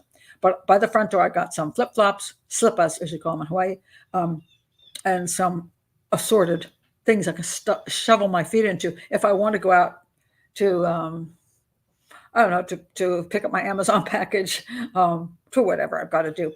But it's close by, and I don't want to put on my tennis shoes or whatever. I have those things by the door. Do I ever leave the house without anything on my feet? The answer to that is no, because I have gravel driveway. It's very uncomfortable. He supposedly would not do that. But is that true? Is that absolutely true? And just because biological father thinks he wouldn't do it doesn't mean he wouldn't. It is possible. I mean, I can't take that away. Maybe they just didn't care at that moment. I tried to look at the temperatures in Tennessee that night. Obviously, the coldness would make a difference. If I didn't have gravel in my driveway, I'd walk out in bare feet every freaking day. I love bare feet. I do like slippers. So, I have like the Hawaiians, I have like 10 different versions of slippers. But I love walking through the grass. I love it. And, because he had one bad experience doesn't mean he'd never do it again. So I don't know that that's true. I think that's his father's viewpoint that he wouldn't go out, but I don't know that's true. But why he would leave and go any distance in bare feet is a bigger problem, because if he was just going out in the yard, it's one thing. So if he went out in the yard for whatever reasons and then got kidnapped out of the yard, that would sort of make sense. But if he went any distance walking, if he was on pavement, that might not be a problem. But if he's going through woods with his burrs on the ground and things like that, they're highly uncomfortable. I made my children when I was homeschooling, I made my children do Native American walks through the woods without shoes. They still, that's one of those things they'll tell their children what their mother made them do. And they have never forgiven me. I was trying to teach them something, and I was barefoot too. And I was like, oh, isn't this cool? And they were like, not really, Mom. So anyway, but I don't know. Oh, aren't you nice? You're one of my favorite people. We are dust. You have to be emotionally detached to some degree to remain professional. This is true. I've worked in this field long enough to know that you cannot become attached, get overly. That's why when people say, oh my God, that sweet child, I kind of roll my eyes, which is maybe mean, but they get very emotional. Oh, he's a sweet child. I don't know if he's a sweet child. He's a child. He's a child who's missing. And for me as a professional, that's the issue. Yes, I've seen way too many pictures of children who don't look like this because they're in pieces. And they're very, very unpleasant pictures. I've seen many a homicide picture. And as I say, I used to work in the hospitals. I've seen people die in front of me. I've seen people with all kinds of injuries, graphic injuries. If you can't accept that and not get too emotional, you can't do the work. You just can't. It's one of those things, if you can't handle the fire in the kitchen, get the hell out. It's true. What I've learned to do is have I have my professional life and I have my personal life. And people say, how do you handle a professional life? Well, because I have a very comfortable personal life. I do things that bring joy to my life. I have my grandchildren, my children, I travel, I do art. Anything that makes me happy is over here. And then we have professional life, which I'm fascinated by because I'm a profiler and I love puzzles. That's what I'm interested in. And if I can help people doing it, I'm glad to do so. But you're correct. I cannot get overly emotional and attached. But I will tell you this, when I've met the parents personally, my problem is not looking, well, I can look at all the crime scene photos in the world, but the thing that really gets to me is when I hear the words, the emotions of the parent or a friend. That gets me. I remember doing a show, I think it was Today's Show or something, and it was kind of embarrassing because right before I went on the show, there was a woman who was abducted. She decided to meet her ex-boyfriend to help him get closure. Well, he got closure by murdering her, and her friend came on, and her friend broke down in tears because she loved her friend. And by the time they came to me right after that interview, and I'm like, I could hardly talk because I did empathize with her friend, and I felt so bad. But I could have looked at all crime scene photos of the murdered woman till the cows come home, and I would have been like, what? I could eat pizza. But the minute I saw her friend, oh my God, it really got to me. So yeah, that's kind of the way it is. Pat, what's a grifter? I think I explained that already. Let's see. Okay. There is no rumor. The biological dad, Seth Rogers, told us how he saw a video of mom leaving the eating place Sunday evening. I believe, no, I don't have any problem with that, by the way. I believe there were a number of witnesses that she was at a restaurant with Sebastian eating. I don't think he didn't go to the restaurant. After he left the restaurant, there's this weird, there's a thing about he took the trash out. The mother says he took the trash out, which is one of his like little chores, and he would put his shoes on or something or slippers, and he would go out, take out the trash, and come back in. There was a claim that a neighbor saw him or a Ring camera caught him or something. I have never been able to verify that. I do believe he was at the restaurant. I just don't know what time he left the restaurant and what time he arrived home and whether there's proof he arrived home. That's the question I have. Not that I don't think he arrived home, but I just don't have any proof of it, unless it's true that a neighbor truly did see him or there was a Ring camera video. And so understand this. A lot of times, I'm like you guys. I only can get what I can get off the internet and what I'm hearing, and I'm trying to evaluate whether what I'm hearing is accurate or whether I'm hearing is gossip. Police have been very, very close-lipped. They could. Now, one thing they could do, and I don't know why they're not doing it, they could say, because I've asked the question over and over again, when was the last time Sebastian was seen by people other than his mother, which is important. In other words, when was the very last time he was seen? Because she claims he went to bed at 9:00 at night. And for a couple interviews, she said he just went to bed. That was that. Then later on, she said she heard a noise at 10:00. Then in another interview, she said not only did she hear a noise, but she yelled up, "Hey, Sebastian, what's going on?" And he said, "No, and he talked to her. And that appeared later on like it was embellishing. It's like she was embellishing what was happening. Did he go to bed at 9? Did she hear him actually at 10? And then she said she went 6:00 in the morning to go wake him up for school and he wasn't there. And her story changes a lot. That's why people are suspicious. Her story about her finding him not in the bed, it changes and is a little off, shall we say.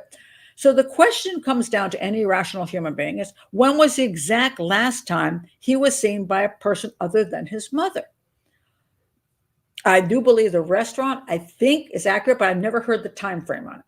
And I don't know why law enforcement can't say the last time Sebastian was seen was with 4 relatives, I don't know how many, 4 relatives at the such and such restaurant, and his mother and Sebastian left at exactly this time. And then if he was actually seen later taking out the trash, they would say the final last time he was seen alive was at whatever, 8:30 p.m., buy Ring camera, or we have video of it, or we have good witness accounts. Why can't they say that? I don't know. I find that concerning, because I think that's valuable information that I do not see is an issue as far as accusing anybody of anything. I think we should absolutely know if they're asking us for information on Sebastian and when he went missing and where he could have been. When was the last time he was seen outside of his mother? That should be an absolute. That bugs me. I will say that bugs me. I think there's no reason for that, and I would like to know.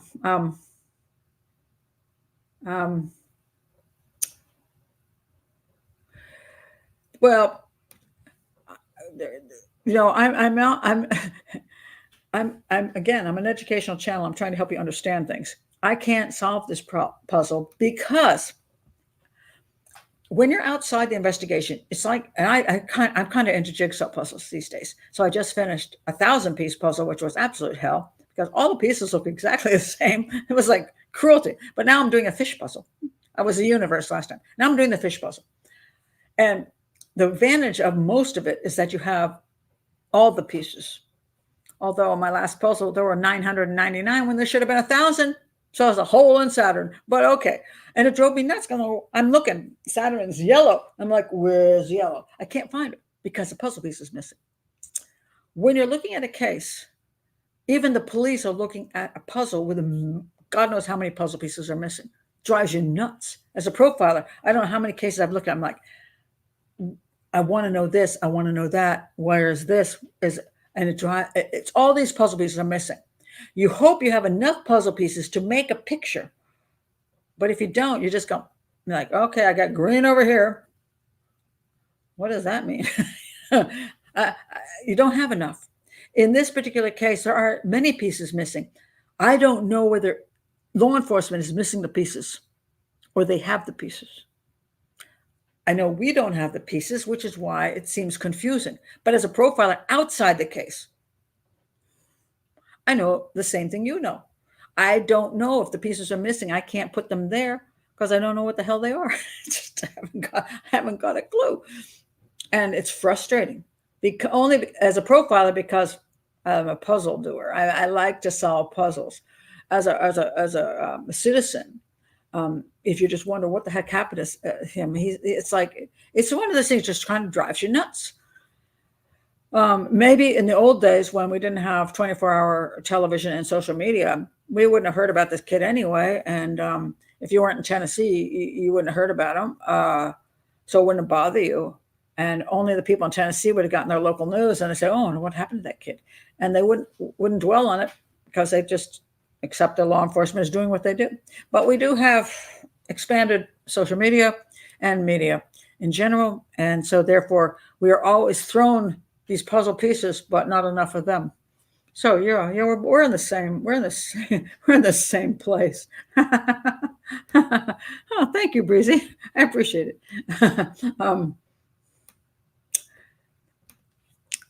Okay. We're not going to go there. We're talking about other channels, and people are asking other people's viewpoints on other channels, and that's one of the reasons I'm always curious. The chat room is always a little, can get a little volatile sometimes of people's different points of view. Dee Dee says, hello, Pat, Miss, and chat. Thank you for staying with the story. Watched the parents on Nancy Grace last night. They were both super polite. He knew better than to smart off to Nancy. Are you talking about the Nancy Grace interview where she grilled the living hell out of the prophets? I did. The link is below when I finished the show, and I put it there. She grilled the living heck out of them. She interrogated them. They were super polite to her. They were, again, on a defense mode. It was fascinating. But check my video out in there. It was fascinating. Oh, yeah, they are. The conspiracy theorists are the worst. Well, there's two things about conspiracy theories. Some are true. There are sometimes conspiracies, real conspiracies. And then there are those that are created to be conspiracies. I talked about this with the Riley Strain murder, the smiley face killers. Check out my videos on that. there's no such thing as a smiley face killer. This is supposed to be some group on the internet who somehow contact each other and then go to college towns and wait for strapping young drunk men to come, college boys to come out, and then manage to murder them without leaving a mark on their body and drown them in rivers and lakes. It's the most stupid, nonsensical crap you ever heard. And I've been fighting that one for years because it's dumb. It's dumb and it's not based on any evidence. And there were these two retired detectives out of New York who I guess they were looking for. Well, they've gotten some I think they got an entire documentary out of it. They never wrote their book, thank God. That's grifters. Somebody asked me what are grifters? Those are grifters, because they're not basing things on any evidence and they're not being truthful. I don't know what the hell the problem is, why they're saying this nonsense. But of course, when Riley disappears, like, oh, the smiley face killers, and so I'm like, ugh. So I did a show on that. I'll try to remember to link that below. By the way, if I forget to link the things I say I'm going to link, because I forget what I say during these shows and I don't want to watch my whole show over, just put it in the comments and maybe I'll run into it. It's like, Pat, you said, okay, I'll link that then. Oh,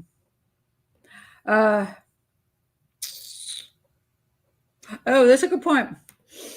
There's plenty of professions that involve suspending your emotions in the moment. I personally don't want an uncontrollable paramedic in an emergency. Can you imagine that? Oh my God, blood is everywhere. No, you want that calm guy. And he's like, some of the paramedics are so young too. It's like, wow, he's like 19 years old, but man, he's like calm and so good. So yeah, you want that. Now, it doesn't mean they're unaffected. It just means, and also understand Black humor, that, people, police, and all people who work in these crimes have a terrible sense of humor. And it's just a coping mechanism, and maybe because we're sick, but okay. One of those two. Pat, trying to join the channel as a paid subscriber, but can't find the link. Okay, well, first of all, subscriber is just a subscriber button right below. The paid subscriber, that will be Patreon. I don't do live shows, Carla, to the public ever. So this is like unusual for me. I'm not sure. So after the show finishes, I will then add in the information in the description, I guess, and I will put in the link to Patreon. Okay, but you can go to any of my older shows, any live older show, and you'll have in the description, there'll be a link to the Patreon channel. I just don't do lives normally. I just changed my mind today because I just knew this was going to be like, everybody's just going to go crazy. And I thought, I'm just going to speak out on this one time. Let's see.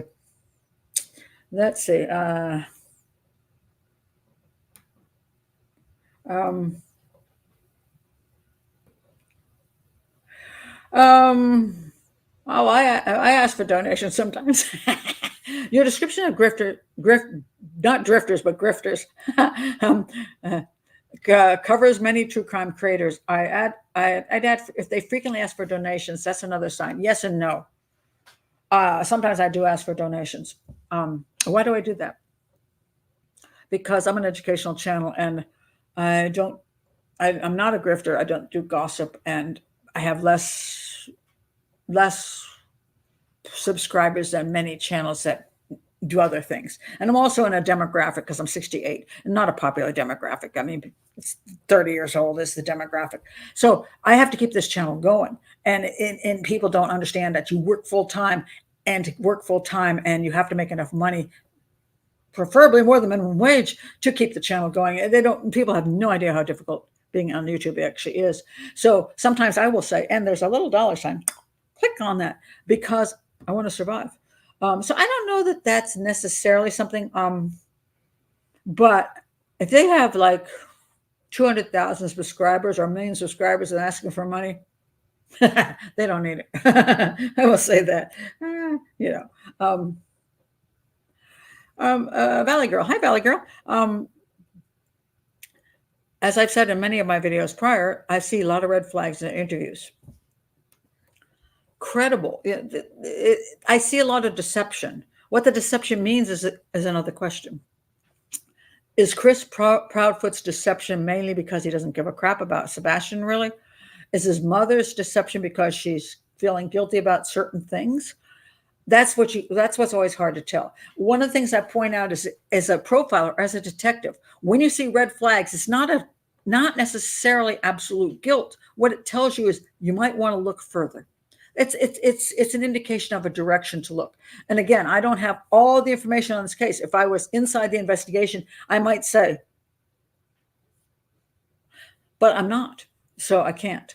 I mean, for some, I have done some videos where I'm like, yeah, I'm pretty sure, but I don't have enough on this. I don't have enough information. I just find red flags in what they say, and I just don't know why they're there. And it could just be because they're not comfortable with who they are and how they've been to Sebastian. Maybe they did stuff. Maybe the stepfather was not nice to him, because the stepfather did say he hit him with a belt, but just once. But that was a lie. That was absolutely a lie, because it's not true. It was just once. It was more than once. And so their stepfather is telling lies about how he treated Sebastian. I don't have any issue with that. And so Sebastian may have dreaded his stepfather coming home. Maybe his mother was frustrated with him because, you're raising a child by yourself. It's not easy. And your husband is never home. So, hey, thanks, guy. And then, is on the autism spectrum. Every teenager is a pain in the butt anyway, but you add a little extra stuff to that, it makes it more difficult. So did she feel she wasn't a good mother? Did she treat him in a way that wasn't as appropriate? I don't know, but she does seem to have some issues. I just don't know what they are. I would just say, as a profiler or as an investigator, I would be looking more strongly and doing more interviews with the Proudfoots to find out what the heck is the issue. That's what I would be doing. Let's see. I'll stay away from any negative comments about other channels, even if I agree with them.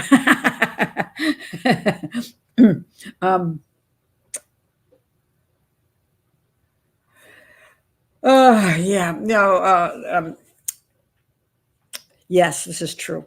They're looking for you, son, every day. Seth Rogers, Sebastian's father, has pretty much given up his life to look for his son.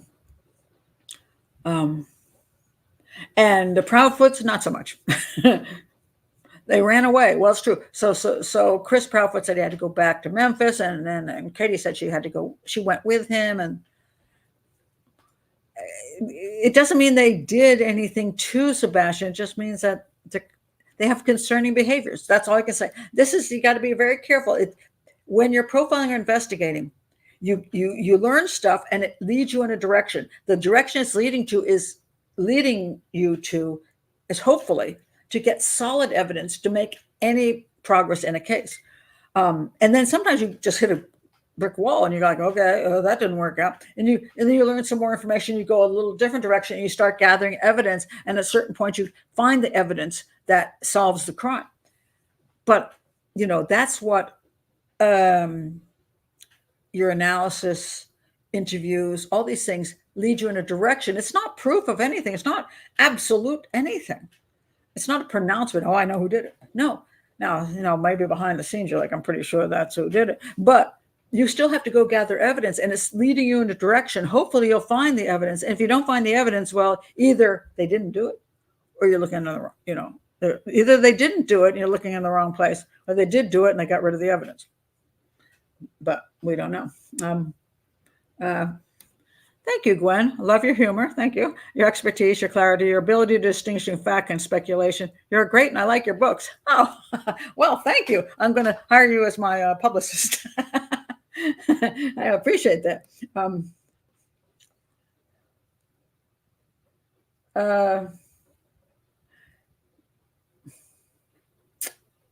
This is interesting. Anne says, I couldn't care less what the Tennessee law enforcement is saying. My frustration is results. No results. No results in Summerwells. No results in Sebastian Rogers. That's the facts. That is true. The fact is, there have been no results in either case at this point. But the question is why? And again, I don't believe that law enforcement doesn't care about Summer. I don't believe that law enforcement doesn't care about Sebastian. I believe they care, and there's no corruption. It's just not every case is easily solvable as people think. It's not a 1 hour television show. I've been watching the original NCIS, the dumbest show I think I've ever watched. And why am I still watching it? I'm on season 2, and I keep saying this is the dumbest show I've ever watched. Especially since it takes place in Washington, D.C., and they go out to Fairfax County, which is near me, and there's suddenly mountains there. And I'm like, there are no mountains in Fairfax County. But it's a dumb show. It's dumb. Their crimes are dumb. Their methodology is ridiculous. And why do I watch it? It's because about 10 o'clock at night, I just don't want to think anymore. And I'm like, okay, I'm going to watch something dumb. And that fills the bill. But generally speaking, you got an hour show. They solve crimes that you would take normally like 10 years to solve, if at all. And crime solving is very difficult. Now, there's 2 kinds of crimes. Let me explain the 2 kinds. 80% of your crimes are dumb shit crimes. Okay, what do I mean by that? It's like you hear, oh my God, there's been a shooting in Capitol Heights, Maryland. And you go down there and you say, there's a guy dead in the street. And you say, who the hell shot that guy? And this guy goes, oh, Johnny. Johnny shot him. and you go down there, Johnny's still standing there with a gun. You're like, all right.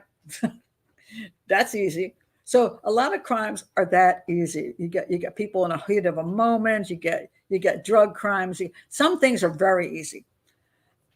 And then there's the ones that aren't. So what happens is the prosecutor, in order to keep his win record, loves the easy crimes because, unless the police screw up collecting the evidence and filing everything properly, it's not hard. It's like, okay, we have video of the guy getting shot.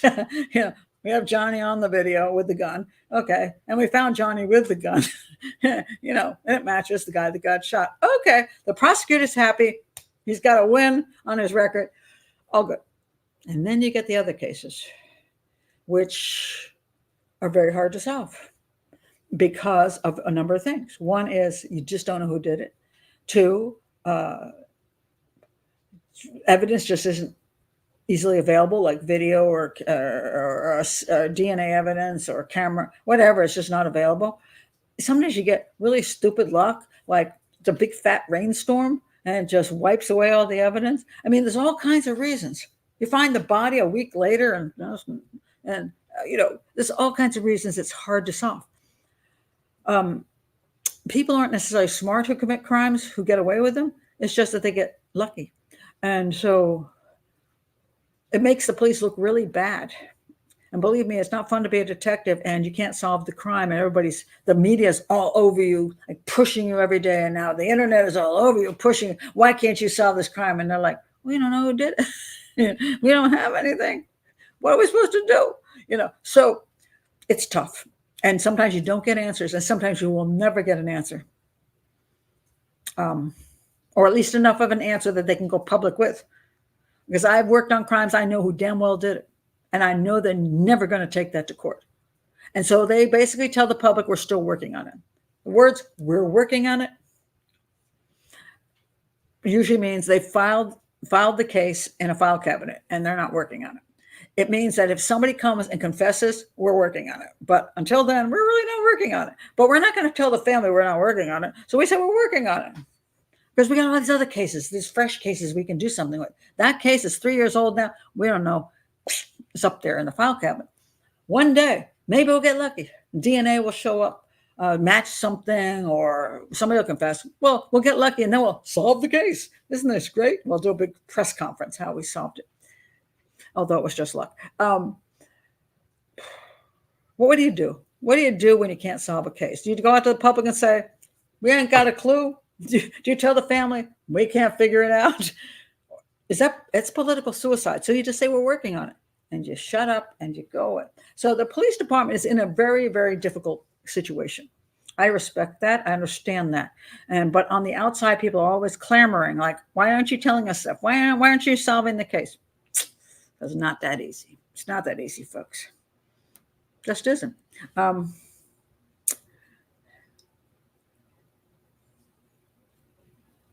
okay, I'm checking. Patricia, Pat, to do more lives like this, you could be her mod, and you're super fast. Yeah, I just generally speaking, in my regular shows, I don't like to do this because it just gets out of control. This is not a specific show on a specific case, so that's why I chose to do it today. But I welcome everybody to join Patreon. Then I have a controlled group of people in the chat room on a regular basis, and I prefer that generally speaking. Maybe I'll do one more of these once in a while. Maybe I'll do an open to the public like this, but yeah, getting a moderator and all that stuff, it's like too much work for me. So I can't plan that well. I can't. Yes, I hate that phrase. My truth. Yeah, I have a gag reflex on that one. I do. Let's see what else you have to say here.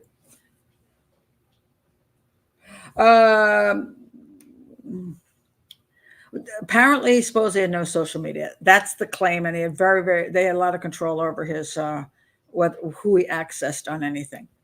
So the answer to that is supposedly no. Do I know? No, I don't. Let's see. I'm laughing at some things I'm not going to comment on, but it does make me laugh. Let's see. Okay, I'm going to answer this question, Debbie. Why haven't the police arrested Summerall's parents? How are they going to arrest them? Because you think they're guilty? They don't have a body. They don't have proof of anything. Is it Summer's mother? Is it Summer's daddy? Who is it? What happened? We don't know. Now, I have my opinions of what might have happened. I lean heavy toward one direction more so than the other. I do. However, I don't have any proof either. If they don't have proof, they cannot arrest. Do you think they can just go in and say, we got probable cause to arrest? And they go, what the hell is a probable cause? We don't like you? We think you're sketchy? That's not probable cause. Probable cause is we have legitimate evidence to arrest you.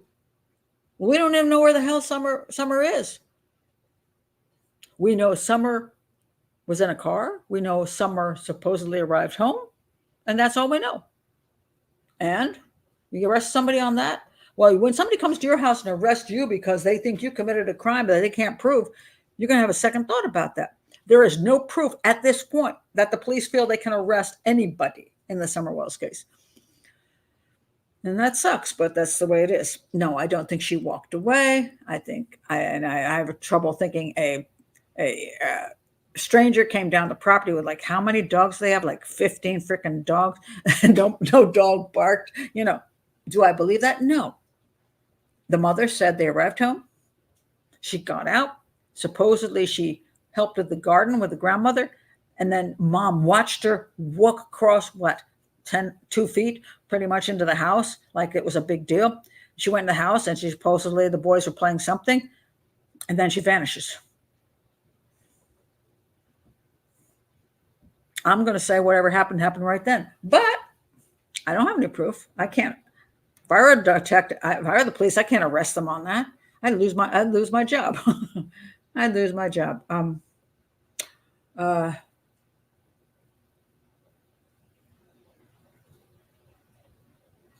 Let's see.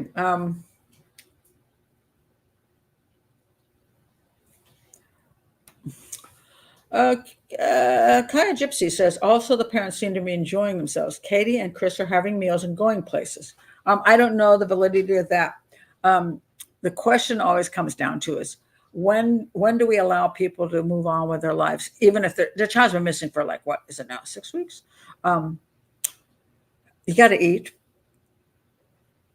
So eating does not mean you don't care. You got to do something. what is the something you do? Well, Seth Rogers, his dad, appears to have his something is looking for his son. Now, Katie and Chris said they have been looking for him, although I don't have any evidence that that's true. Um, so, you know, the question of how people behave after a serious event has always been an issue. In the Madeleine McCann case, Kate McCann went jogging and wore makeup and got nicely dressed up. And she also claimed within a few days she was able to sleep through the night. Those were some unusual things for a parent of a missing child to do. I can barely put on makeup to do the show. If my child is missing, I don't think I'd give a crap what it looked like. I don't, sleeping through the night, a few days after my child goes missing, I think my child might be out there being raped and murdered. I mean, raped and tortured in a basement of some guy's house, and I can go to sleep. Unless I'm like drugged out, I don't think I could go to sleep. Jogging, a little bit more I can understand that. Maybe just that jogging helps you just run and not think. That's the one that bothers me least. But there are certain things that you start going, okay, that's unusual behavior for somebody whose child is missing. Everybody does behave differently. Everybody has different reactions to things. Some people cry when something's like this. Some people burst into laughter because they get hysterical over silly things. That would be me. I do that. And you have to know the person before to know what if after is weird. That's one of the important things. If you can find out, like if anybody knows me from the years before, they'll know how I behave. If I suddenly behave differently, then you have to really wonder. Like I'm not a real cuddly person. I don't do a lot of huggy kissy stuff. And suddenly I go, oh, honey. Okay, something's fishy. Something's really fishy. That's not Pat Brown. She might give you a hug, but she's probably not going to be all the mushy stuff. That's not Pat Brown. If she starts being mushy, you got to question who I did it. What am I hiding? But another person, that other person might be very cold and in general, always been kind of cold and keep everything within. And afterwards, after something happens, they act the same way. They're kind of cold. So that doesn't mean that they did anything. So you look for changes of behavior, not continuations of behavior. Things that are hard to explain, completely out of the ordinary and not ordinary for that person. So it gets very, again, it's very complicated. And if you're doing an investigation, you look at all these things, not because it proves they committed a crime, but it makes you look a little bit more at them or a little bit less at them. Because of Seth Rogers' behavior, the father of Sebastian, I would look less at him because I don't find anything particularly questionable about his behaviors, about his demeanor, about his reactions. I don't see any deception. I don't see it. Is he a perfect man? No, I'm not saying that. I just don't see enough to make me want to rush in and wow, I got to really check this dude out. Does that mean I wouldn't still check him out? No, I would still say, look, I could be overlooking something. I could be snowed by something. I'm going to still make sure that I get his alibi. I want to check out his history, blah, blah, blah. I would still check out Seth Rogers. But Proudfoots, unfortunately, have thrown up so many red flags that I'd be going, this way. Camera's here. I'd be looking up going, I got to really check them out because they've given me more reasons to. Now, again, that doesn't mean I'm going to find anything. It just means I'm going to spend a little more time checking them out. All right. Let's see.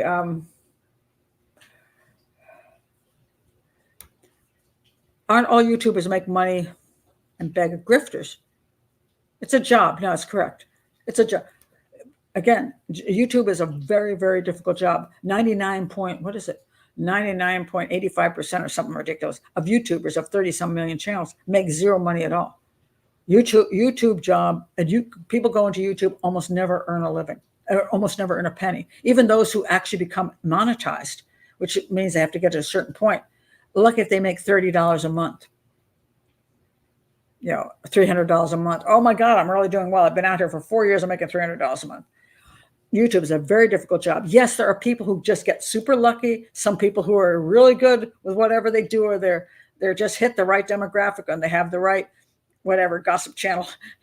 There are some people. There's always the people that just do extraordinarily well, and you're like, dang it all. Why are they doing so well? And I'm working my ass off, and I'm not even making minimum wage. Because that's the way things work. It's a long shot. It's a long haul and it's a long shot. That's what YouTube is. I've been out here 3 years, and I'm now, the channel has just gotten to being able to support itself. And what I mean by that is that I don't have to look for, I'm making way less than I ever made in my life before. At least half the salary that I've made before. But at least I can support myself well enough to keep the channel going. At this point, it was 3 years. 4 months, I made zero. A year and a half later, I made $300 a month. It sucked.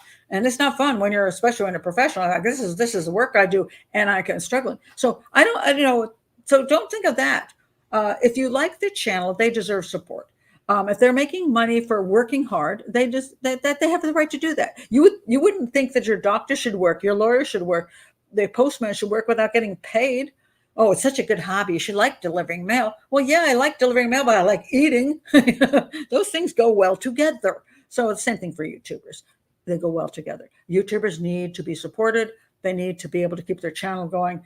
If you don't like their channel, don't watch them. That's a wonderful thing about freedom. You don't like me, just go someplace else. There's other people out there. Maybe you'll enjoy their channels, and vice versa. So so the grifters, the only reason I call them grifters is when I find them unethical and manipulative and sucking money out of people who they're manipulating. That's the stuff that bothers me. So it's just a little pet peeve. Let's see. Okay, so here we have I believe the stepfather was in the home that night. Removed his body and forgot to take a pair of shoes. So this is a common scenario. Their thinking is that the reason the child did not have his shoes on was because somebody carried his body out and didn't think about it, because if it was in the evening, he wasn't wearing shoes in the house. Then if something happened to him, they took his body, put it in a vehicle, and took it away. And therefore, he wouldn't have shoes on, or wouldn't have anything else with him either, right? So that makes sense. That's why that theory exists. And I've thought of that theory myself. The question comes down to, you talk about Chris Proudfoot actually being at home. Now, there were a lot of interviews where they seemed to stumble over we and I. They would say, we did this, we were home. And you're like, why do they keep stumbling over this? Because if he wasn't there, there should be no we. There should be only I for Katie. The we kept popping up. It was kind of weird. So I questioned that myself. I'm like, in the beginning, I absolutely thought that Chris Proudfoot was actually in the house that evening. I thought he had left. This is what from the early interviews I heard, was that he was at home and he left about 9:00 at night, and Sebastian went to bed, and Chris took off to Memphis, and then Katie and he were on the phone chit-chattering away for supposedly 3 hours. And then he arrived. And then in the morning, she called him and he came back. So the theory could be that something happened in the home. Chris put him in the vehicle and drove away to Memphis, and somewhere along the way took his body and put it someplace on the way to Memphis. And then the reason they were talking so much is she's like, oh, what are we going to do? What are we going to do? And then Chris was saying, I'm going to take care of it. I'm going to take care of it. And then he said, okay, at 6:00 in the morning, I want you to call me back and say he's missing. That's a perfectly good scenario, except for the fact that supposedly Chris was not there that night. This is where facts come in, and whether we have verification of what is supposed to be a fact. Chris Proudfoot says he was never home since the beginning of February. That is the same thing that Katie will say, that he had not been home. So his truck, his vehicle, whatever he drove, left their home in the beginning of February, went to Memphis, and never returned until after Katie called him to say Sebastian was missing, and then he got on the road back. If this is true, if this is documented by law enforcement, that we have tracked everything. We tracked his phone records, we tracked his vehicles, we've tracked the tolls, whatever the hell they've got down there. We tracked cameras, and we have proven 100% that Chris Proudfoot was in Memphis on the evening before he disappeared. He was not home that weekend. We have 100% proof he was not home that weekend. In that case, Chris Proudfoot could not be involved with harming his stepson. Do we know that that is proven? Do we know that it is proven that Chris Proudfoot was not ever at home that weekend? Do we have proof? Nobody's given us proof. The Proudfoot said that he wasn't there. Law enforcement has not said. Chris Proudfoot has 100% alibi. He has completely been cleared because let's talk about alibis. What's an alibi? Well, an alibi is something that, an alibi is something you say, this proves that I wasn't able to do the crime. But there's good alibis and there's bad alibis. A bad alibi is I was spending the night with my girlfriend. The girlfriend's a lying dog and she'll lie for you. So it's like, okay, that's not really an alibi. That's just, we're not sure that your girlfriend would tell us the truth. What's an alibi? I was in Italy on the night the person was murdered. How do we prove that? I got on a plane. I have a plane ticket. I took the seat on the plane.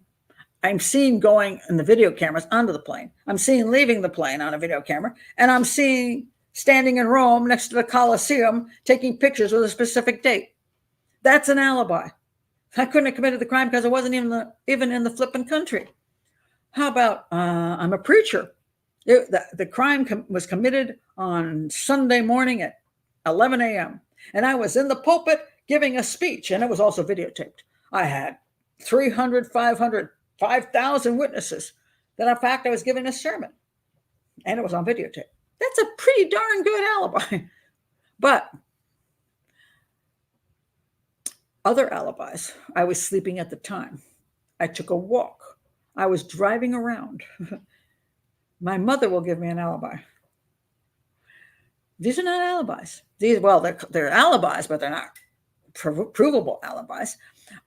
So Chris Proudfoot could have the best alibi of everybody as long as they can prove he was in Memphis at the time he could have gone missing. From the very last time he was seen to when he was reported missing, those exact hours, where the hell was Chris Proudfoot? If it's 100% he was in Memphis, that there's evidence, there's videos of him, he's checked in places, people, there's like 30 people who can say he was working that day, then he's got an alibi, and he didn't do anything to him. May not like the guy, but it doesn't mean he did something to him. Now, Katie, on the other hand, does not have an alibi because she was alone with him, and she admits to being alone with him. So she has no alibi. The question with Katie comes down to is there any proof she was involved with him disappearing? And that's where the problem comes into the video cameras and her vehicle. Like, could she have put him in a vehicle and driven away and done something with him? I don't know, because they don't seem to have any information on that. I don't know. I say this, they may have information, we just don't know it. So if there may be no proof she did anything to him, but it doesn't give her an alibi. So it could be that she did something to him. And it's possible she called her husband and in the morning and said, oh my God, what do I do? And he said, I'll come home and help you, blah, blah, blah. I don't know. So at this moment, I would say Katie has zero alibi. I don't know about Seth's alibi. He lives about an hour away here. I don't know what his alibi is. I don't believe he has anything to do with what happened to his son. But that doesn't mean I don't know what his alibi is. Chris's alibi is he was in Memphis, but I don't know that that's been verified. So that's the truth about alibis. Sebastian could have hidden a pair of shoes his mom thought were thrown away. Oh, well, yes, and aliens could have landed on the front lawn. But, you got to be careful about coming up with every other scenario that could be possible that there's zero proof of. Not that it couldn't be true, but you got to be careful of that.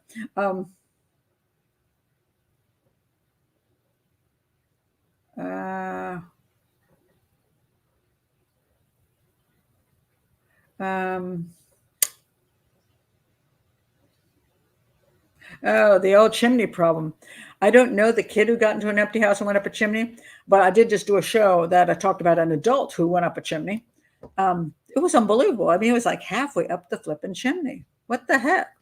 Again, I talk about these small spaces. I think that some people have a psychotic, they're in a psychosis state, and God knows what you do in a psychosis state because the reality around you is now a new reality, and who knows what they think that chimney is in that new reality. But yes, quite a few people have been found in chimneys, but never Santa Claus. He's not that stupid. um, uh, okay. Um, so many resources: forensics, search manpower, equipment, FBI, geographic tracking support. Know where the boy is last seen, 6 hours gone, no results. That does not speak about the Tennessee law enforcement. See, this is where I think it's cruel, because you think because you have these things that automatically you're going to get an answer to something. It is not like that. It is not like that. You can have all of those things, and it doesn't mean that you can always find out what happened. It's just not true, because, and again, we don't even know what they know. We don't know. Let's say it's true that Chris really wasn't in Memphis and he really was home. Let's say it's true and they know that, and they think his body is somewhere between Nashville and Memphis. Well, that's a hell of a lot of space. They got to find a body, and they got to prove that it's that. They got to find a body. And what, he's driving for what, 3.5 hours? You know how much empty land there is? Oh, finding that body is really tough. Do you know how bodies are usually found? By joggers and dog walkers and hikers. That they will trip over a body one day and go, oh my God, here's a body. And nobody found it. Even in locations that they've invested in, even in locations where they've actually done searches, they've overlooked bodies. It's not that easy. You know, you watch too many television shows. Life is not like that. It isn't. So don't blame law enforcement. Law enforcement wants to find him. They want to solve this case. Do you actually think that with the media breathing down their damn necks and the social media people all over them, do you think they're like, let's just not solve this crime? No, they want to find Sebastian. They want to find him alive. But if they can't find him alive, they want to find him.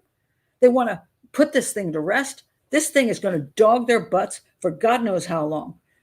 And so believe me, they want to solve it. There's nothing worse than an unsolved case that everybody's thinking you should have solved. They're just this is not that. Anyway, let's see. I'm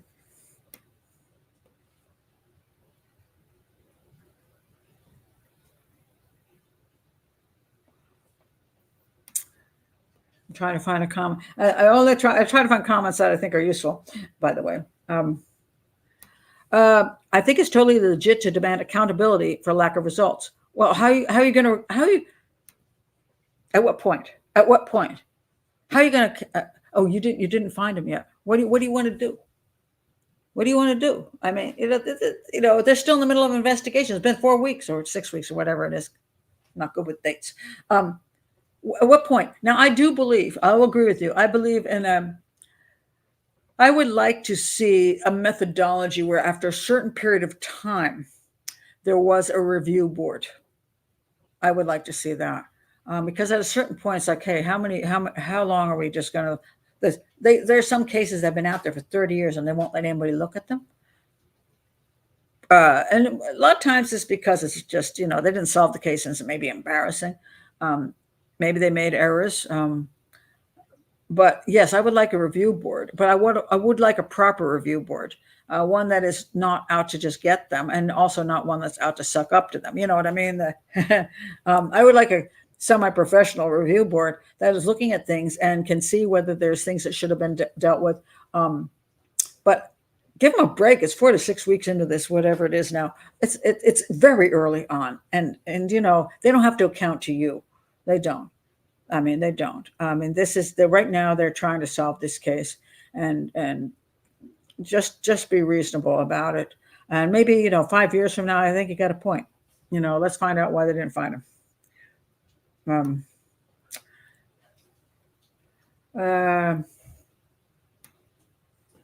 Let's see. Somebody's saying the Secret Service is involved. That I don't know who's saying that. Now, see, here's the thing. Somebody's saying the Secret Service is involved. Do we have any proof of that, or is this gossip you got off of some YouTube channel? This is one of the things I'm very careful about. I can see zero reason why the Secret Service would be involved. Get out of here. It's a 15-year-old autistic kid. Really?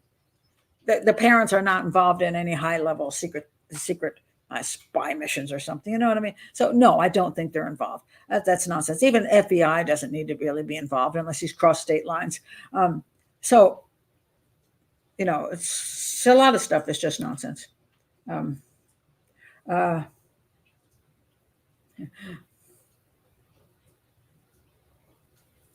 Let's see. That's true. The people are addicted to true crime. This case is exactly what intrigues people. Yeah. I think true crime for people is we used to do it in fiction form, which I personally prefer. I much prefer a proper novel that has a mystery in it, and a person's murdered is not a real person, and that yet the mystery is still intriguing. I prefer that. We've gotten to the reality show methodology of a true crime, where it's almost what some people call it murder porn, where we're addicted like pornography, that we like to see these horrid things happen to other people and then try to figure out why they've happened to other people and how. Especially people are really into the killers, like, oh my God, why did the killer do this, and blah blah blah.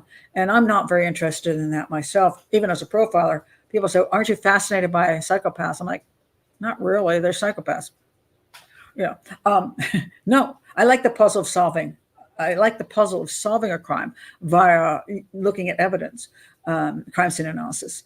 I don't really need to go over and over why some guy likes raping and murdering women, because for him it's a hobby and it's fun and he enjoys it.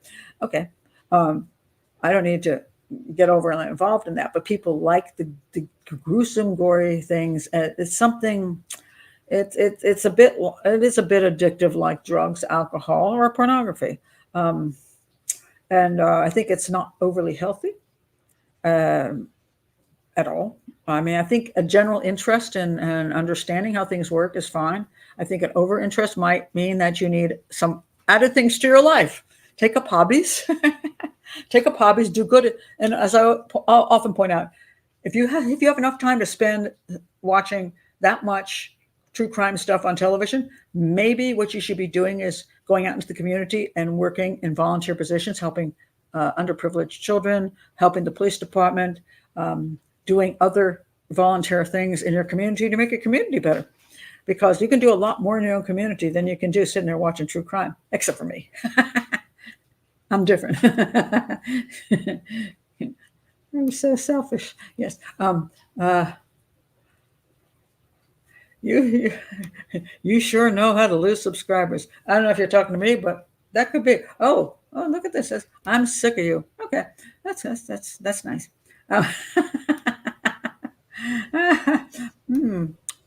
So this is where you go, let's see, put user in timeout or ban the user. Oh yeah, I like that one. Ban user. Yeah, that's pretty fun. Anyway, can't please everybody, as they say. And I'm not going to get into other comments and crimes. Yes, Valley Girl, I do. I'm not even going to put your comment on the screen, but yes, I still do. Absolutely. And you can check out my video again. Absolutely. And we don't always have to agree. That's one of the problems when people watch true crime. They feel like they have to agree. Like I've had this happen. Like somebody will come in my channel and they'll just think I'm really great until I disagree with one crime that they think they believe differently about. And then they say, well, if you don't agree with me on this crime, you're a complete fraud. And then they get very, very vicious about it and they go crazy. And it's like, okay, we can just disagree about that one crime. I'm a professional and I'm willing to accept that you as a non-professional have a difference of opinion. And I'm not bent out of shape about you. Why the heck are you bent out of shape about me? It's just a difference of opinion. In the words of Roadhouse, Patrick Swayze, opinions vary. I'm not going back to look at it, because I just don't overdo cases.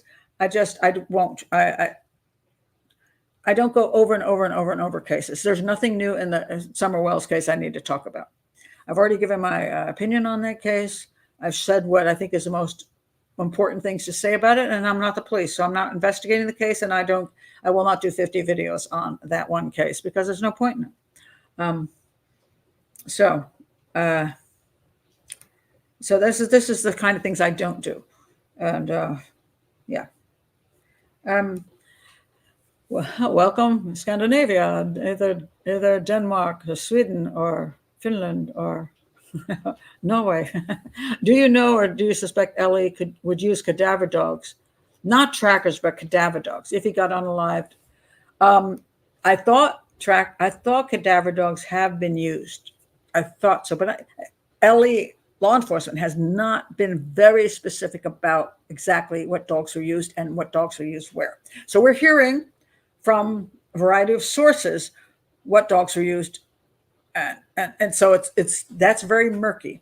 Again, it's one of those things I can't really comment on because I don't know the accuracy of where the dogs were used and what dogs were used. I would have liked cadaver dogs to be used, and along with scent dogs. I'd like that, but I just don't actually know. But that's a good question. Well,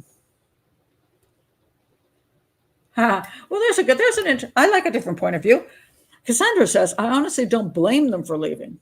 I see so many people that are convinced they had something to do with this disappearance. I absolutely believe they're getting death threats. I agree in the sense that one of the problems they've done is they put themselves out there in a way they shouldn't have done. And they have indeed, including myself, had people think that they're acting squirrely. So there are a lot of people now. For myself, I'm a professional. So what I say is I see red flags. I'm not saying you should think they're absolutely guilty or you should do anything about it. But are the people who will give death threats? There are so many crackpots on YouTube and in the internet. Yeah, there are people. I believe that people do call up and give death threats. They didn't say they left for that reason. He said he went down to Memphis for some work and she just wanted to go with him. They could just want to get the hell away from people, but then they should just say, we're overwhelmed. We need to get away from people. We're still in contact with the police. They could just say that. Now, again, the way they answer questions or the way doesn't come across well. It may be that they're just not very good at this kind of thing. So again, it's part of an investigation. It's part of an investigation. It's not a determination of guilt. And that's important. That's a good point. It's like bringing hostages back. It's not that easy. Nothing is as easy as people who aren't involved. And not only do you have to do your job, but you have to worry about the media. You've got to worry about the legal system. You do one dang thing wrong, and you're going to be in court getting your butt fried because Officer so-and-so, did you A, B, and C? Detective so-and-so, did you B, C, D, and F? And you get grilled. It's not so pleasant to have to end up in court. And do you know, people don't know this, once you work on one of these cases, you work in homicide, they can pull your butt back into court 10 years later. You even if you're not even on the police force anymore, but you work that case, you can have your life screwed for the rest of your life because you keep having to go back to court to have to testify on cases that, even though you're not working with the police anymore. It's not so easy, folks. It's just not as easy as people would like to think it is from the outside. I think probably people have already done that. I'm sure that the detective has already been there talking to him about all of these things. And has that helped him find him at this point? No, it hasn't. The question is, does it matter? If he left on his own, it matters. If he didn't leave on his own, it doesn't matter.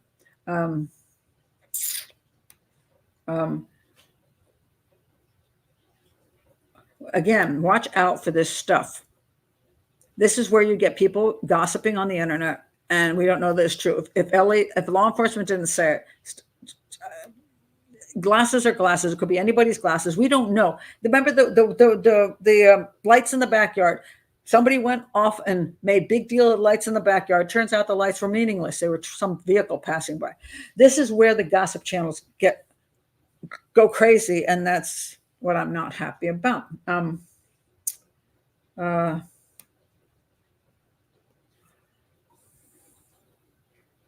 let's see. Oh, that's very nice, Samantha. Thank you very much. I hope I'm getting to a good point right now on my channel where it's becoming self-sustaining. So I'm quite happy. I point out to people I don't have to reach millions. I just want to have an educational channel that in the future, my idea is that I'm going to also put a profiling school on the channel, which is going to be more dedicated to specific issues of profiling. And therefore, any future detectives or detectives already, or police officers or law enforcement students, or people just want to understand things can learn more about those things at that point, and that'll be on the channel too. But people can always go to my channel and pick out any case they're interested in, go to any of my hangouts, and they can learn stuff. And that's my hope. It's an educational channel, and yeah, and if it can support itself and make it possible for me to continue, I'm thrilled. And I'm finally getting to the point where I can do that. So, I mean, it's been a tough road, but I'm here. I'm here. Um,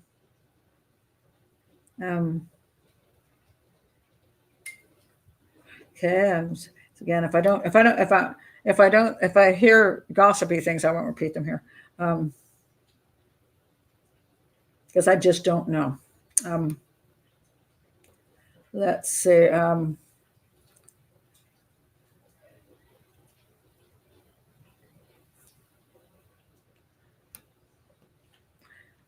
a little cautious sometimes.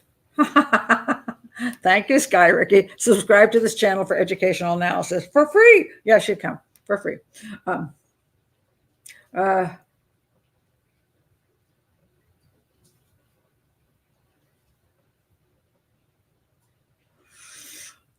um, this is interesting. Tiffany says, I wonder if Chris made her go to Memphis with him because he was afraid she would say the wrong things if not around him.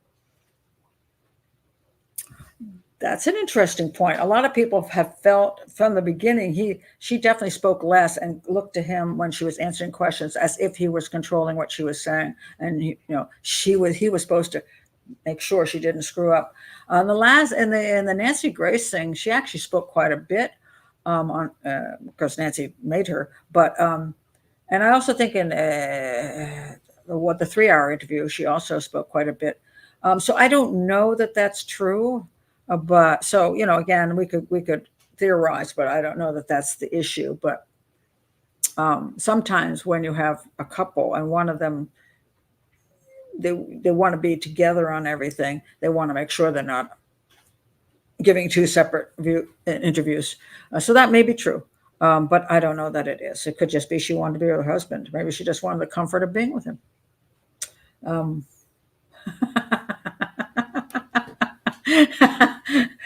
my grandmother used to say that. I say a few unfortunate things during my shows. Um, oh, you think so? Okay. Patricia Burns says, Chris is deliberately fudging his timeline because he knows that once law enforcement locks him into an actual time frame, his freedom will be gone. He's putting that off for as long as possible. He has been very, very. He fell apart trying to explain his timeline to Nancy Grace. It was very simple, and yet he couldn't do it. He said this first. He goes during the February. He said, "Well, I went home," and she's like, I thought you never came home from the beginning of February. And then he goes, oh, yeah. That was actually the month before I came home. And then she said, when was that? And he says, I can't give the exact dates because law enforcement doesn't want me to. What?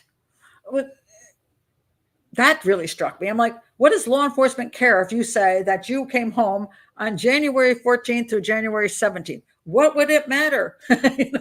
Make any difference at all? How would it be that law enforcement wouldn't want to say when you were home? So that made zero sense to me. He flubbed all over the issue about being at home during February. And now, why is that? I do not know. But yes, I agree. I noticed that. And that was in my last video on that, because I'm like, why is it just, it's not a big deal. I mean, you just either were there or you weren't. I mean, in January, I came home twice. on 2 weekends. They were this weekend and that weekend. Then I left on February, whatever, let's say 3rd. And I've been away in Memphis for the entire time and have not returned home until I got the phone call. But law enforcement doesn't want me to say when I was there or not. Does not make sense to me. So yes, I agree with you. That's one of the suspicious things. Let's see. I'm getting hungry, so I'm gonna have to go eat soon.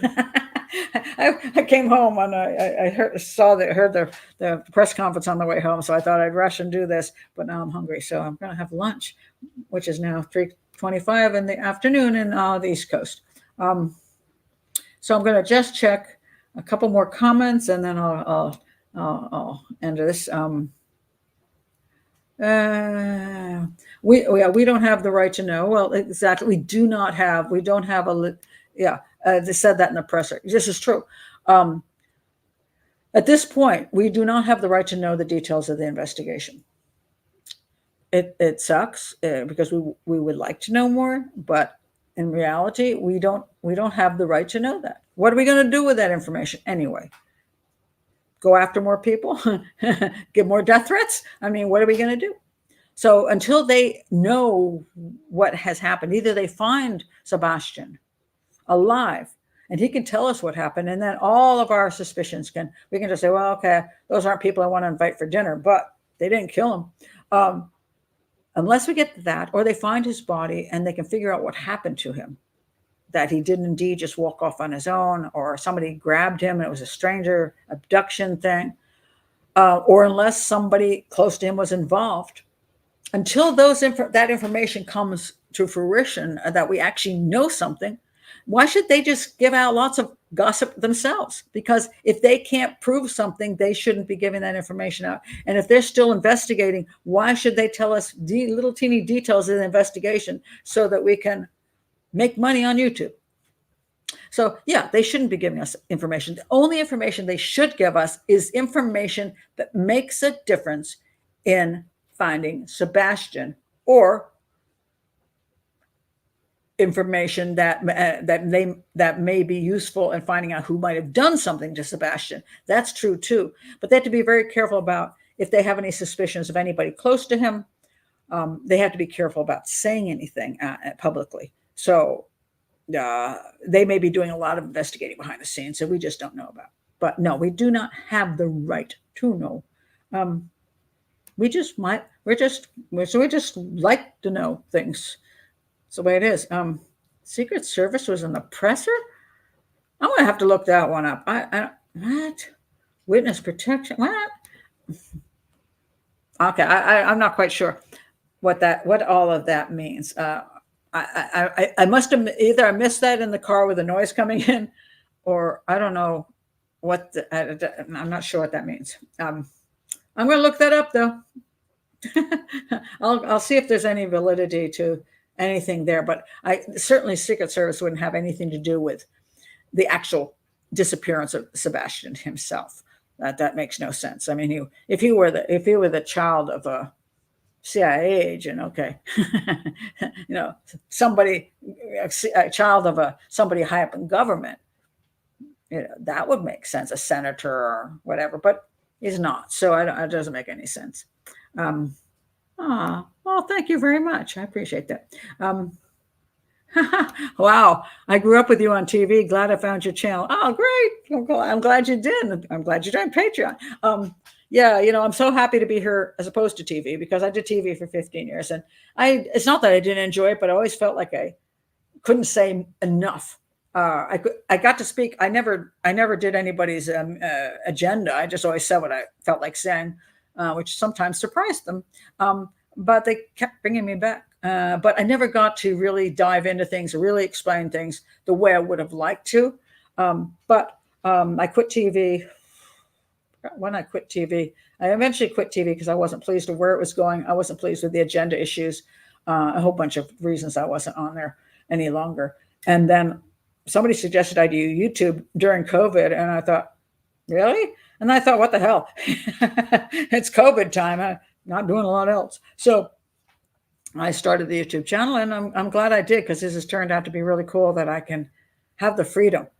Nobody controls me, and nobody ever controlled me, but they did control how long I was uncontrolled. No, I'm here as long as I feel like being here. Oh my goodness. So, but I'm so glad you're here. So anyway, I got to go eat. I'm so hungry, man. Okay, so that's it. I think I've said as much as useful during this uh, unusual public live stream. And I thank you for being here and most of you being polite. Now, one person I had to block, but other than that, I'm glad you were here. And thank you very much for joining in. And actually, it was quite a pleasant experience this time because I've had some unpleasant. I had like 2 lives that I did accidentally where I actually hit the wrong button, and I was like, I'm like, who are all these people? And some of them weren't friendly, and so it was quite a mess. So this was much more pleasant. So maybe I'll consider doing like 1 live a month for the general public on a specific topic that is something I would like to bring out to everybody in this kind of situation. So we'll see. Uncontrollable, unlovable Pat. I don't know how many people love me, but I am uncontrollable. That is for sure. And that's one of the things about aging that is great because I just don't care as much. I know my kids are grown; they can fend for themselves, So, but thank you for being here. If you haven't been here before, please do subscribe to the channel, like the video, check my playlist, and what I always tell people, because I always forget to do this. Go to the search engine in YouTube and put in Profiler Pat Brown and the case you're interested in, some other case you really want to know about, and it will bring up the case if I've already done it. So a lot of people say, have you done this case? I'm like, yes, but I don't see, there's so many messages that come in, comments that come in on YouTube that I a lot of times will not see your comment. I'm one of I do actually still try to see people's comments. I try to respond when I can, but it's, just I can't respond to everyone. I can't see all the comments. So if you really, really want to know if I've done a case, Profiler Pat Brown and the case you're interested in the search engine and see if I've done it. Otherwise, just roll through my playlists and see what you like there, because I might have something there that interests you, and it is free. So anyway, thank you for being here. And let's hope that maybe the next press conference gives us a little more information that is that we could get an end to the puzzle. I know everybody would like it, but I just don't know whether, I say I'm a realist and I've been around way too long. And I realize that sometimes you don't get the answer you'd like to get, or you don't get an answer at all, which is even harder, especially hard for the families. So every time you think that you deserve an answer, just remember, compared to the families, you're kind of not really that important, and neither am I. Thank you for being here. Bye-bye. See you next time.